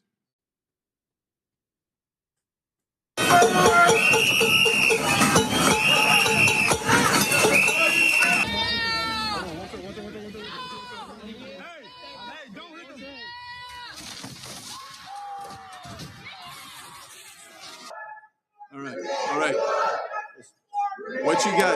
What you have there in that first scene is not peaceful protest. That is not protected speech. And if you look at the statute, and I assume that you have, Mr. Mayo, if you look at the statutes here, and the courts have upheld it, something called administrative warrants, where you have a reasonable suspicion to believe somebody's in this country illegally, you are allowed to make the stop, you're allowed to make the arrest, you're allowed to pursue them that way. Reasonable suspicion is the standard under INA Section 236. So when I look at this and I listen to you, and I'm looking at, and I'm sorry you folks have come here, you've seen the real attack is coming from the left on speech rights in this country. And here's the beautiful part about it. Because they have conviction and they have so much passion, they think they're correct. They think that's true. But so much of what we've heard today is inaccurate, false, and wrong. And then here's the bottom line. Conviction and passion does not make you correct. Sometimes it just makes you crazy. Yield back. Gentleman yields back. The chair now recognizes the gentleman from Georgia. Thank you, Mr. Chair. In part one of this hearing earlier, I asked our witness, Professor David Kay, what this country would look like if the majority did not join the minority in checking First Amendment violations committed by the government. And we were warned that there would be dark days ahead. Well, sadly, we're in those dark days right now. This government was built to include checks and balances, a practice that has protected this democracy for the last 240 years. Democrats have done our part in honoring that constitutional intent. Whether in the majority or in the minority, we have taken the time to ensure that we are truly doing our job, providing oversight to other branches, regardless of the party that is governing in the White House. Will my colleagues across the aisle commit to doing the same? Secretary Noem has done nothing to rein in her agents, to remind or even to inform them that it's unconstitutional to impede on First Amendment rights. We've seen countless videos and justified outrage after federal immigration enforcement agents shot and killed a 37-year-old woman, Renee Nicole Good, a mother, a poet, and a writer. Operation Metro Surge continued, and protesters continued to exercise their rights. Not even 3 weeks later, 37-year-old ICU nurse Alex Preddy was helping others and recording on his phone when officers surrounded him and proceeded to shoot him 11 times in the back. When protesters are literally being shot in the street as they exercise their First Amendment rights, gunned down while peacefully protesting heightened enforcement operations, targeted raids that break up families, and the oppression of their communities by agents of their own federal government, I know for a fact that these situations are what we should be talking about, not Europe, our own. We should be focusing on the government agencies here at home that are impeding the constitutional rights of our citizens. From the First Amendment to the 14th Amendment, even due process rights right here in America are being violated. So much so that a government attorney asked to be held in contempt just to get sleep because ICE arrests have been so sloppy that her office has become overwhelmed with ICE because ICE complies with the flooded court orders coming in. Mr. Chair, I have a unanimous consent request. I'd like to enter into the record this article from Fox News entitled ICE Attorney, This Job Sucks. Without objection. Thank you. In which attorney Julie Lee, she states, and I quote, "The system sucks, this job sucks.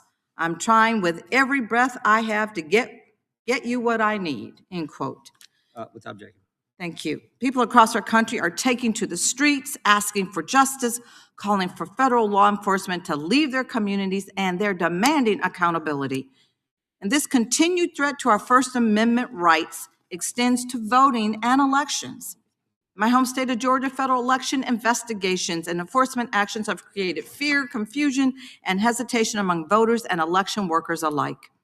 All for an election that was decided over 5 years ago, over a vote count that leaders from the sitting president's own party have affirmed to be lawful and correct.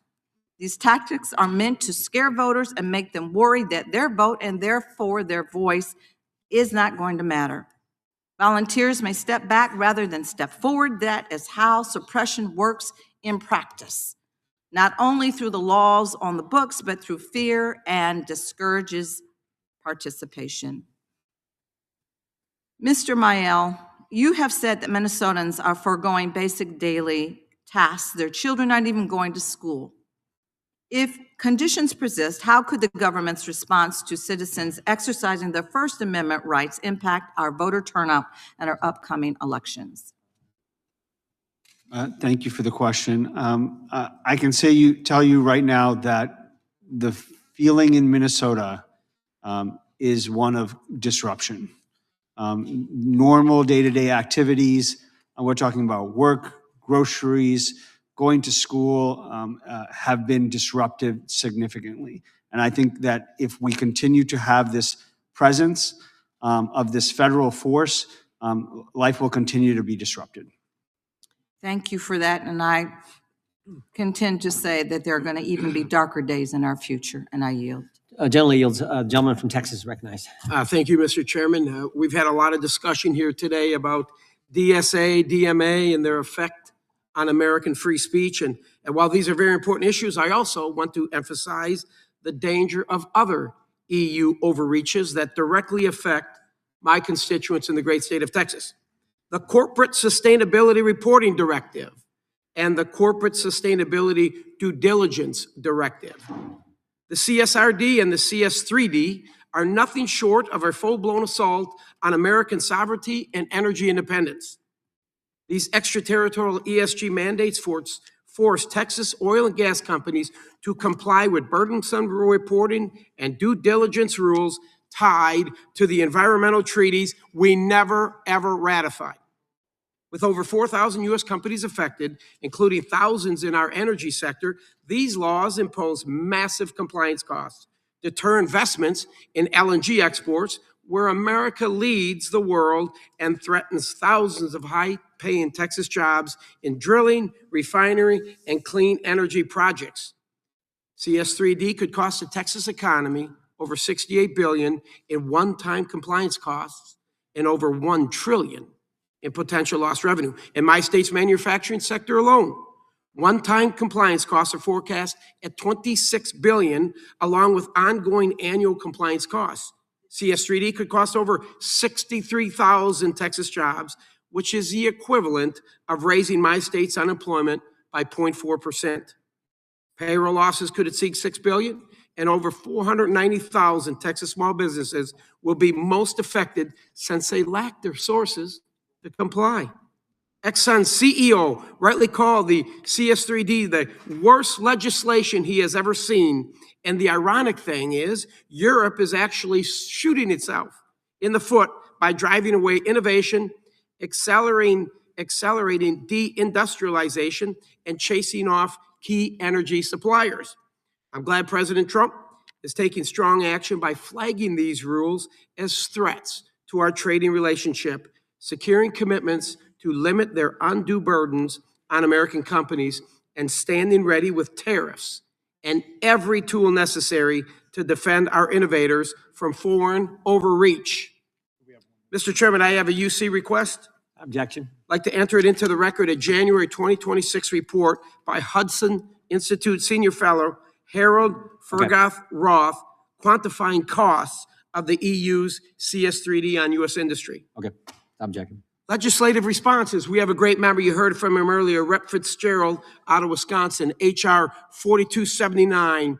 His legislation, Protect U.S. Companies from Foreign Regulatory Taxation Act, would prevent U.S. courts from recognizing foreign judgments under rules like the CSRD and CS3D. Mr. Price, what additional steps can Congress take to shield American businesses from these extraterritorial ESG mandates? Well, sir, the aggregation of more and more of these regulations in, as you say correctly, extractive industries, but also in the tech space, is part of a concerted effort by the European Union to make the world in its image, the so-called Brussels effect. You're correct that passing legislation here that would restrict the ability to enforce these decisions is a very wise step. I think ultimately, though, what will have to happen is using diplomatic pressure and indeed, as this administration has done, start to name names about the people who are forcing these things on US companies.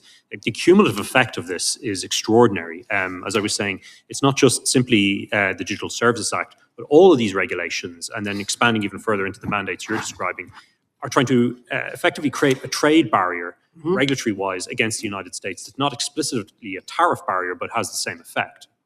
Thank you, Mr. Price, for being here. I yield the balance. I appreciate it. Mr. Price, is government the biggest purveyor of misinformation? I certainly think, sir, we have seen during the last number of years, and particularly in COVID, that to be very much the case. The European Union as well. Do you agree, Mr. Linehan? Yeah, I think often by means of omission. Yeah. It's the things they don't talk about. Just as today, people haven't been talking about the Minnesota fraud that kicked this whole thing off. Yeah. And the journalist on X who exposed it, Nick Shirley, you know, it's what they don't say that's often where they're dishonest. Our government actually tried to set up, did set up a disinformation governance board. A bunch of bureaucrats going to tell you what you can say, what you can tweet, what you can post, what you can read. Frightening.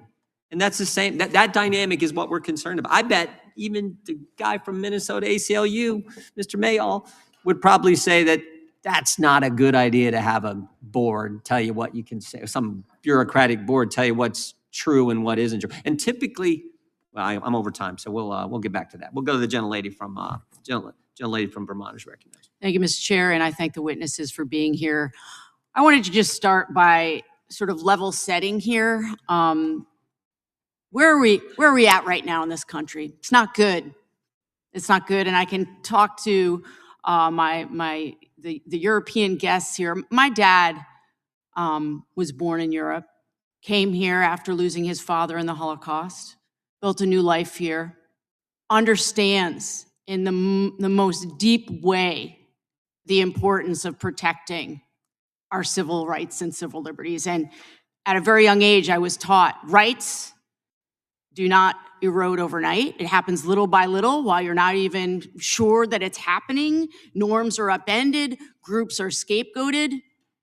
And when I look, and I've spent time both in Minneapolis, St. Paul, and I've spent time in Chicago, and what we are seeing on the ground is absolutely terrifying. You have members of the clergy being pepperballed in the head while they are peacefully praying and protesting in front of immigration facilities. You have members of the press being arrested, other members of the press being roughed up even after they are identifying themselves as members of the press. You have election offices being raided. You have Americans' First Amendment, Second Amendment, and Fourth Amendment rights being eroded. You have citizens being arrested.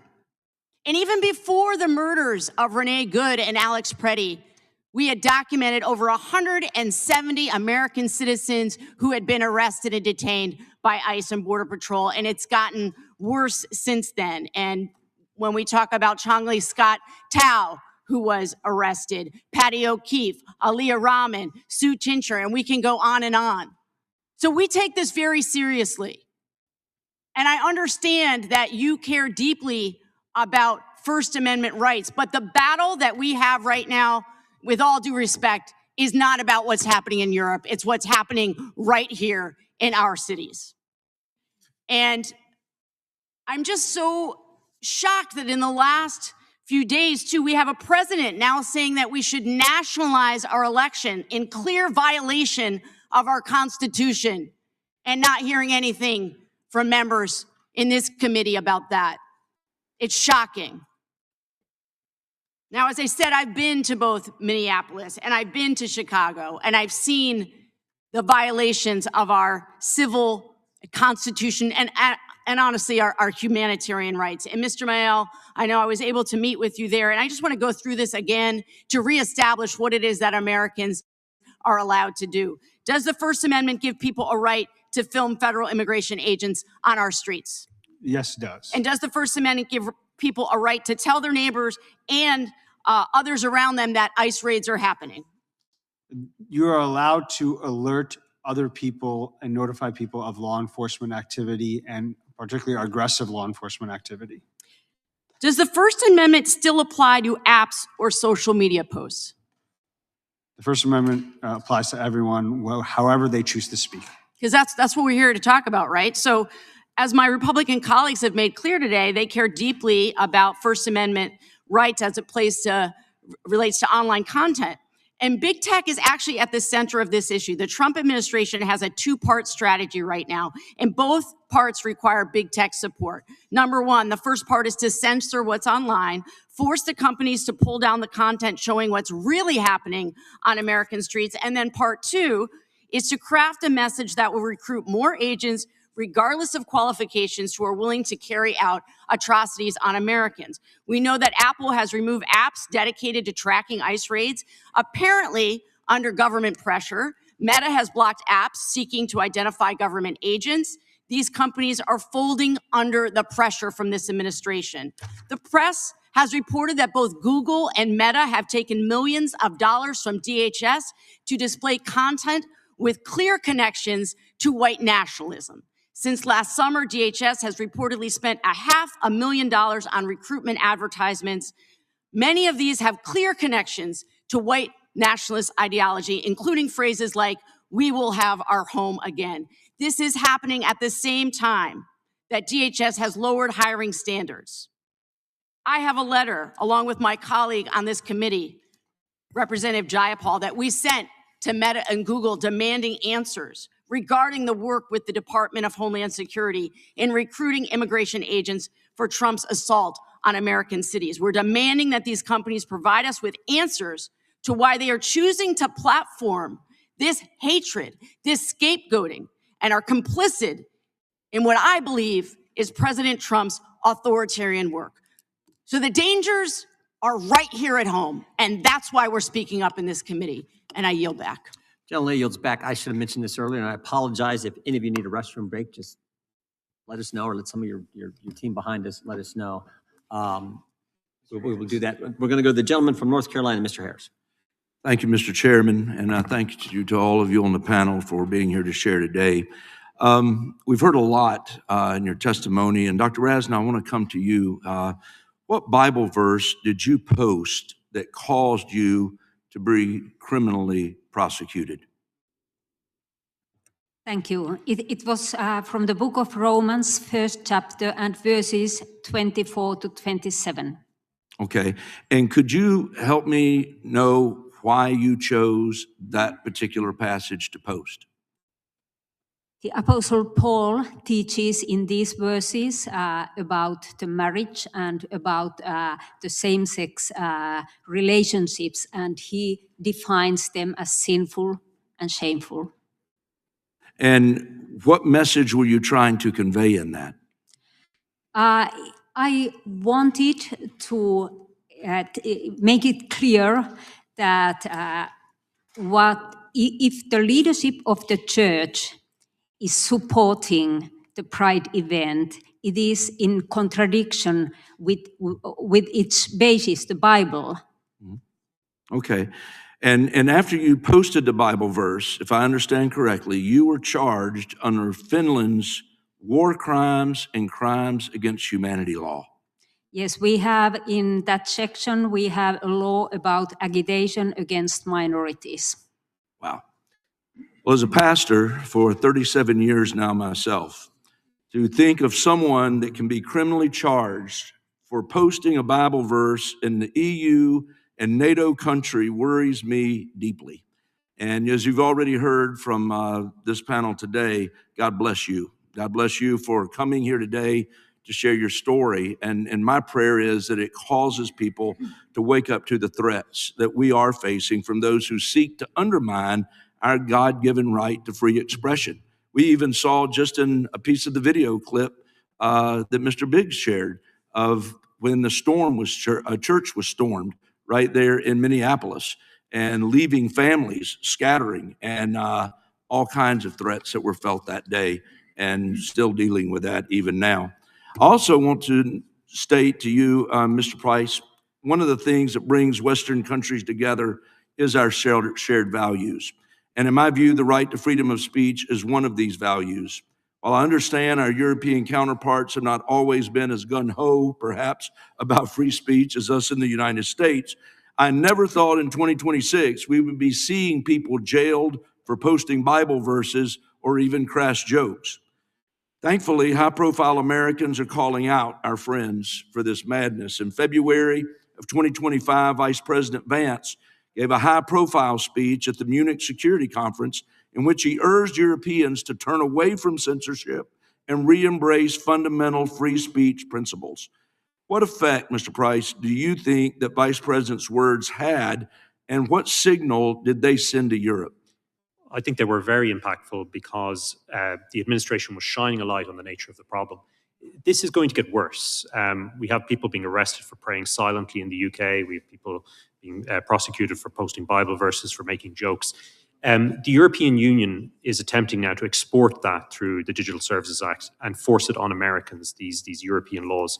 And they're not going to back down easily because, as you can see with the approach they've taken to X, when a company commits itself to free speech, they have to stop that because of, as I say, I think they see it as an existential threat. And I'm ashamed to say, as an Irishman, my own country is playing a central role in this because most of these large US platforms are headquartered in Dublin. And it's the Irish regulator that's cooperating closely with the European Commission in enforcing this. And as I said on the last occasion, I really hope that the United States, using its diplomatic channels, brings this home to the Irish government, that forcing American companies to police American speech and generally to police anyone's speech is wrong, and that if they escalate in this direction, it's going to cause significant additional problems. Well, and I applaud our Vice President for his speech, and I hope we can continue to remind our friends and allies of the value of free speech and expression. Unfortunately, we've heard in today's hearing, we have a long way to go. And Mr. Chairman, I yield back to you the balance of my time. I thank the gentleman. We will Mr. just. Chair, I have will a yield back. UC. The gentlelady from Vermont is recognized. Mr. Chair, I ask unanimous consent to introduce for the record a letter from Reverend Jared Weber Johnson of St. John's, the Evangelist Episcopal Church in St. Paul, Minnesota, which calls what is happening in Minnesota unlawful and unconstitutional, as well as a blasphemy against God. Without objection. Mr. Chairman, The I have a gentlelady use. from Washington is recognized. Thank you, Mr. Chairman. I ask unanimous consent to enter into the record an article from The Hill entitled "Polls 62% Think ICE Efforts Go Too Far." That includes 92% of Democrats, 65% of independents, and even 30% of Republicans, a 10-point shift in Republicans' attitudes to ICE. Without objection. Mr. Raskin. And thank you, Mr. Chairman. I ask unanimous consent to enter the record this Minnesota Star Tribune article from February 2nd titled "Another Wave of Departures in Minnesota's U.S. Attorney's Office as 14 additional attorneys left this year." Without objection. The gentleman from Illinois is recognized. Thank you, Mr. Chairman. I join my Democratic colleagues in denouncing this sham hearing, which is an effort to distract from the brutal assault on First Amendment rights by the Trump administration and its lackeys in Congress. The greatest threat to free speech and dissent is the Republican Party today. We're in the midst of an authoritarian crackdown on the First Amendment, led by ICE and CBP agents who are murdering American citizens in peaceful protest while the president threatens to sue a comedian over a joke. That ain't funny. These attacks have escalated, but they're not new. Republicans have gutted funding for colleges and universities while trying to dictate the academic content and make it more right-wing. They've weaponized the immigrant system against Mahmoud Khalil, Rumeus Osterk, and others who dared to speak for Palestinian rights. They've literally banned the federal government from using words and phrases they're terrified of, like women, oh my God, diverse, holy cow, affordable housing, who would ponder that? Clean water, you want to drink dirty? And equality, think of that. I thought all persons were created equal. And these attacks have not spared the Chicagoland region. Republicans have attacked Chicago and Illinois for our welcoming policies and illegally tried to withhold funding on decisions based on decisions by local officials. They funded mass death squads that killed, in my district, Silverio Villegas Gonzalez, shot Marimar Martinez, who was here in the US Senate yesterday, and spread violence and terror in our streets. And as our neighbors exercise their First Amendment rights to peacefully protest the severe abuses at the Broadview facility, they were met with brutal repression by the federal government. A pastor was shot in the head with pepper balls right adjacent to my district. Journalists were tear gassed, and 6 protesters, including local elected officials, were arrested on vague conspiracy charges without substantial evidence. These charges and the actions of federal agents overall constitute a fascist attack on democracy. But we're not backing down. We continue to nonviolently protest, and the courts have struck down the attacks on welcoming policies and the extreme use of force against protesters and journalists at Broadview. Mr. Mayo, thank you for being here today and for the work that you've done keeping Minnesotans safe. I deeply appreciated your testimony at the field hearing that many of us attended in Minneapolis a couple of weeks ago. Can you speak to how the administration's occupation in our neighborhoods, in our cities, and our basic freedoms has escalated over the past year from Los Angeles to Chicago to the Twin Cities? Yes, I think that you can look at what is happening in Minnesota as part of a broader pattern of abuse that has been, and brutality that has been documented in court after court across the country. And that includes the targeting of protesters and observers, and also the targeting of immigrants, and the due process rights that are being violated in the process of arrests and of apprehending immigrants. And that's a really important piece of this conversation here, is the racial profiling and the warrantless arrests that are happening on the streets of Minnesota right now. And Mr. Mayo, can you talk about what you take away from the things that have mobilized people in Minneapolis like we haven't seen anywhere else in the country? What's at the heart of it? What I can say is that the people of Minnesota have been disrupted, are shocked, are in a state of grief, and they are opposing what they're seeing as unlawful, unconstitutional, un-American activity on their streets. And this goes across party lines, across employment. You are seeing it with law enforcement. You are seeing it with elected leaders. Again, this is not normal law enforcement. This is not normal what is happening in Minnesota, and it should alarm everybody. Time of the gentleman has expired. The gentleman yields back. Chair now recognizes the gentleman from North Carolina. Thank you, Mr. Chairman. And it's worth noting, just for the people watching this hearing, that what's happening in Minnesota appears to be fairly unique to Minnesota. Local leftist law enforcement have abrogated their responsibilities to maintain order, and rather they are encouraging attack on federal law enforcement. It's not happening in my state. It's not happening in South Carolina, Texas, Florida, even California. So what's happening in Minnesota is a unique circumstance that is aggravated by the left and the left only. And my colleague who preceded me is a suitable spokesman and an able spokesman for the Democratic Party. It's worth noting that his home state, while illegals are welcomed in droves to Illinois, lured there by traditional leftist overtures, what he left out is that for more than 10 consecutive years, hundreds of thousands of Americans have left Illinois because of high costs, high crime, in a landscape that is unrecognizable to most people who used to see Chicago and Illinois as a flagship for American exceptionalism. The left has destroyed Illinois, and Americans have shown that with their movement. Dr. Raisin, I want to start with you by thanking you for taking a stand. And you, in many ways, represent concern that Christians all over the world fear. That is growing hostility towards our faith from leftist governments. And I want to talk to you specifically about what you were prosecuted for.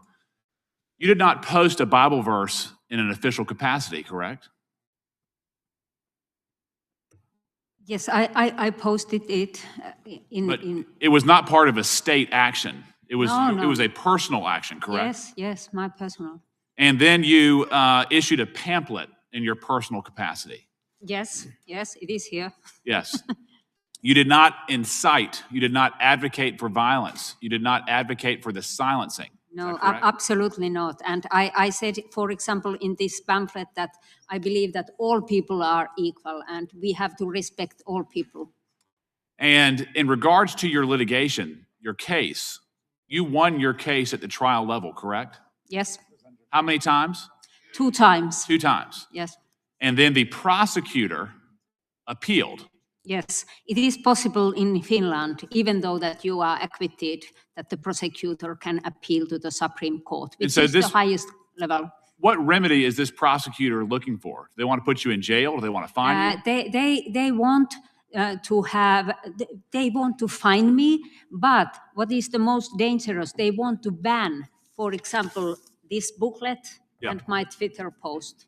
Well, ultimately, they want to ban your belief in Scripture. They want to ban your ability to cite the Bible, to believe in the Bible. Yes. And to make it socially unacceptable to do so, correct? Yes. And I want to make this very clear. As a former prosecutor myself, I find it grossly offensive that the resources of the state are going after wonderful people like you while crime of every sort has increased over the last number of years in your home country. Property crimes, sex crimes, violent crime.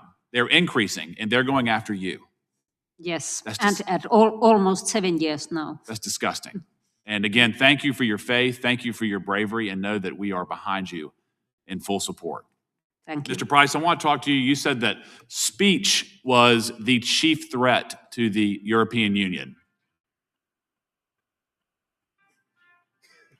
You can go ahead and answer that. Oh, yes. Yeah. Yes, sir.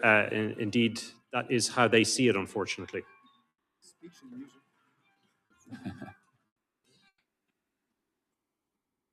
What I would say is, as far as the European Union is concerned, and we've seen this again and again from the President of the Commission, senior European leaders, they regard misinformation, disinformation, these very nebulous, vague terms, and hate speech as a threat to the democratic cohesion of it. And what I think is quite interesting, and I don't want to go too far into a history lesson, but all of this started after Brexit, the election of Donald Trump for his first term, and the migrant crisis in the EU.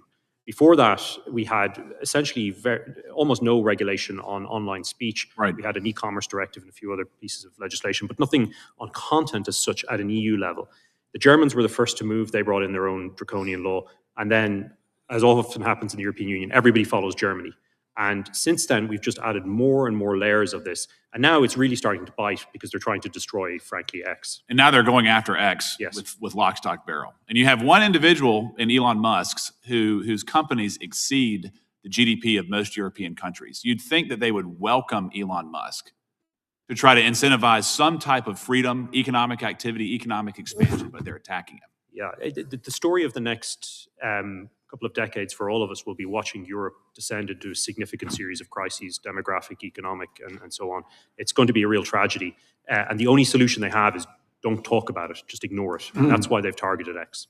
Thank you, sir. Gentleman yields back. The gentleman from Florida is recognized. Mr. Chairman?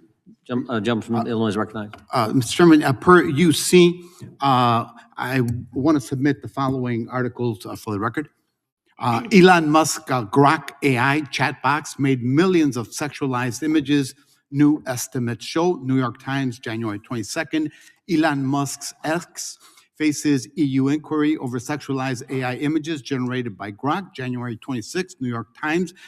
Grok, Elon Musk's AI, is generating sexualized images of real people, fueling outrage. January 8, 2026. Objection. Gentleman from Florida is recognized.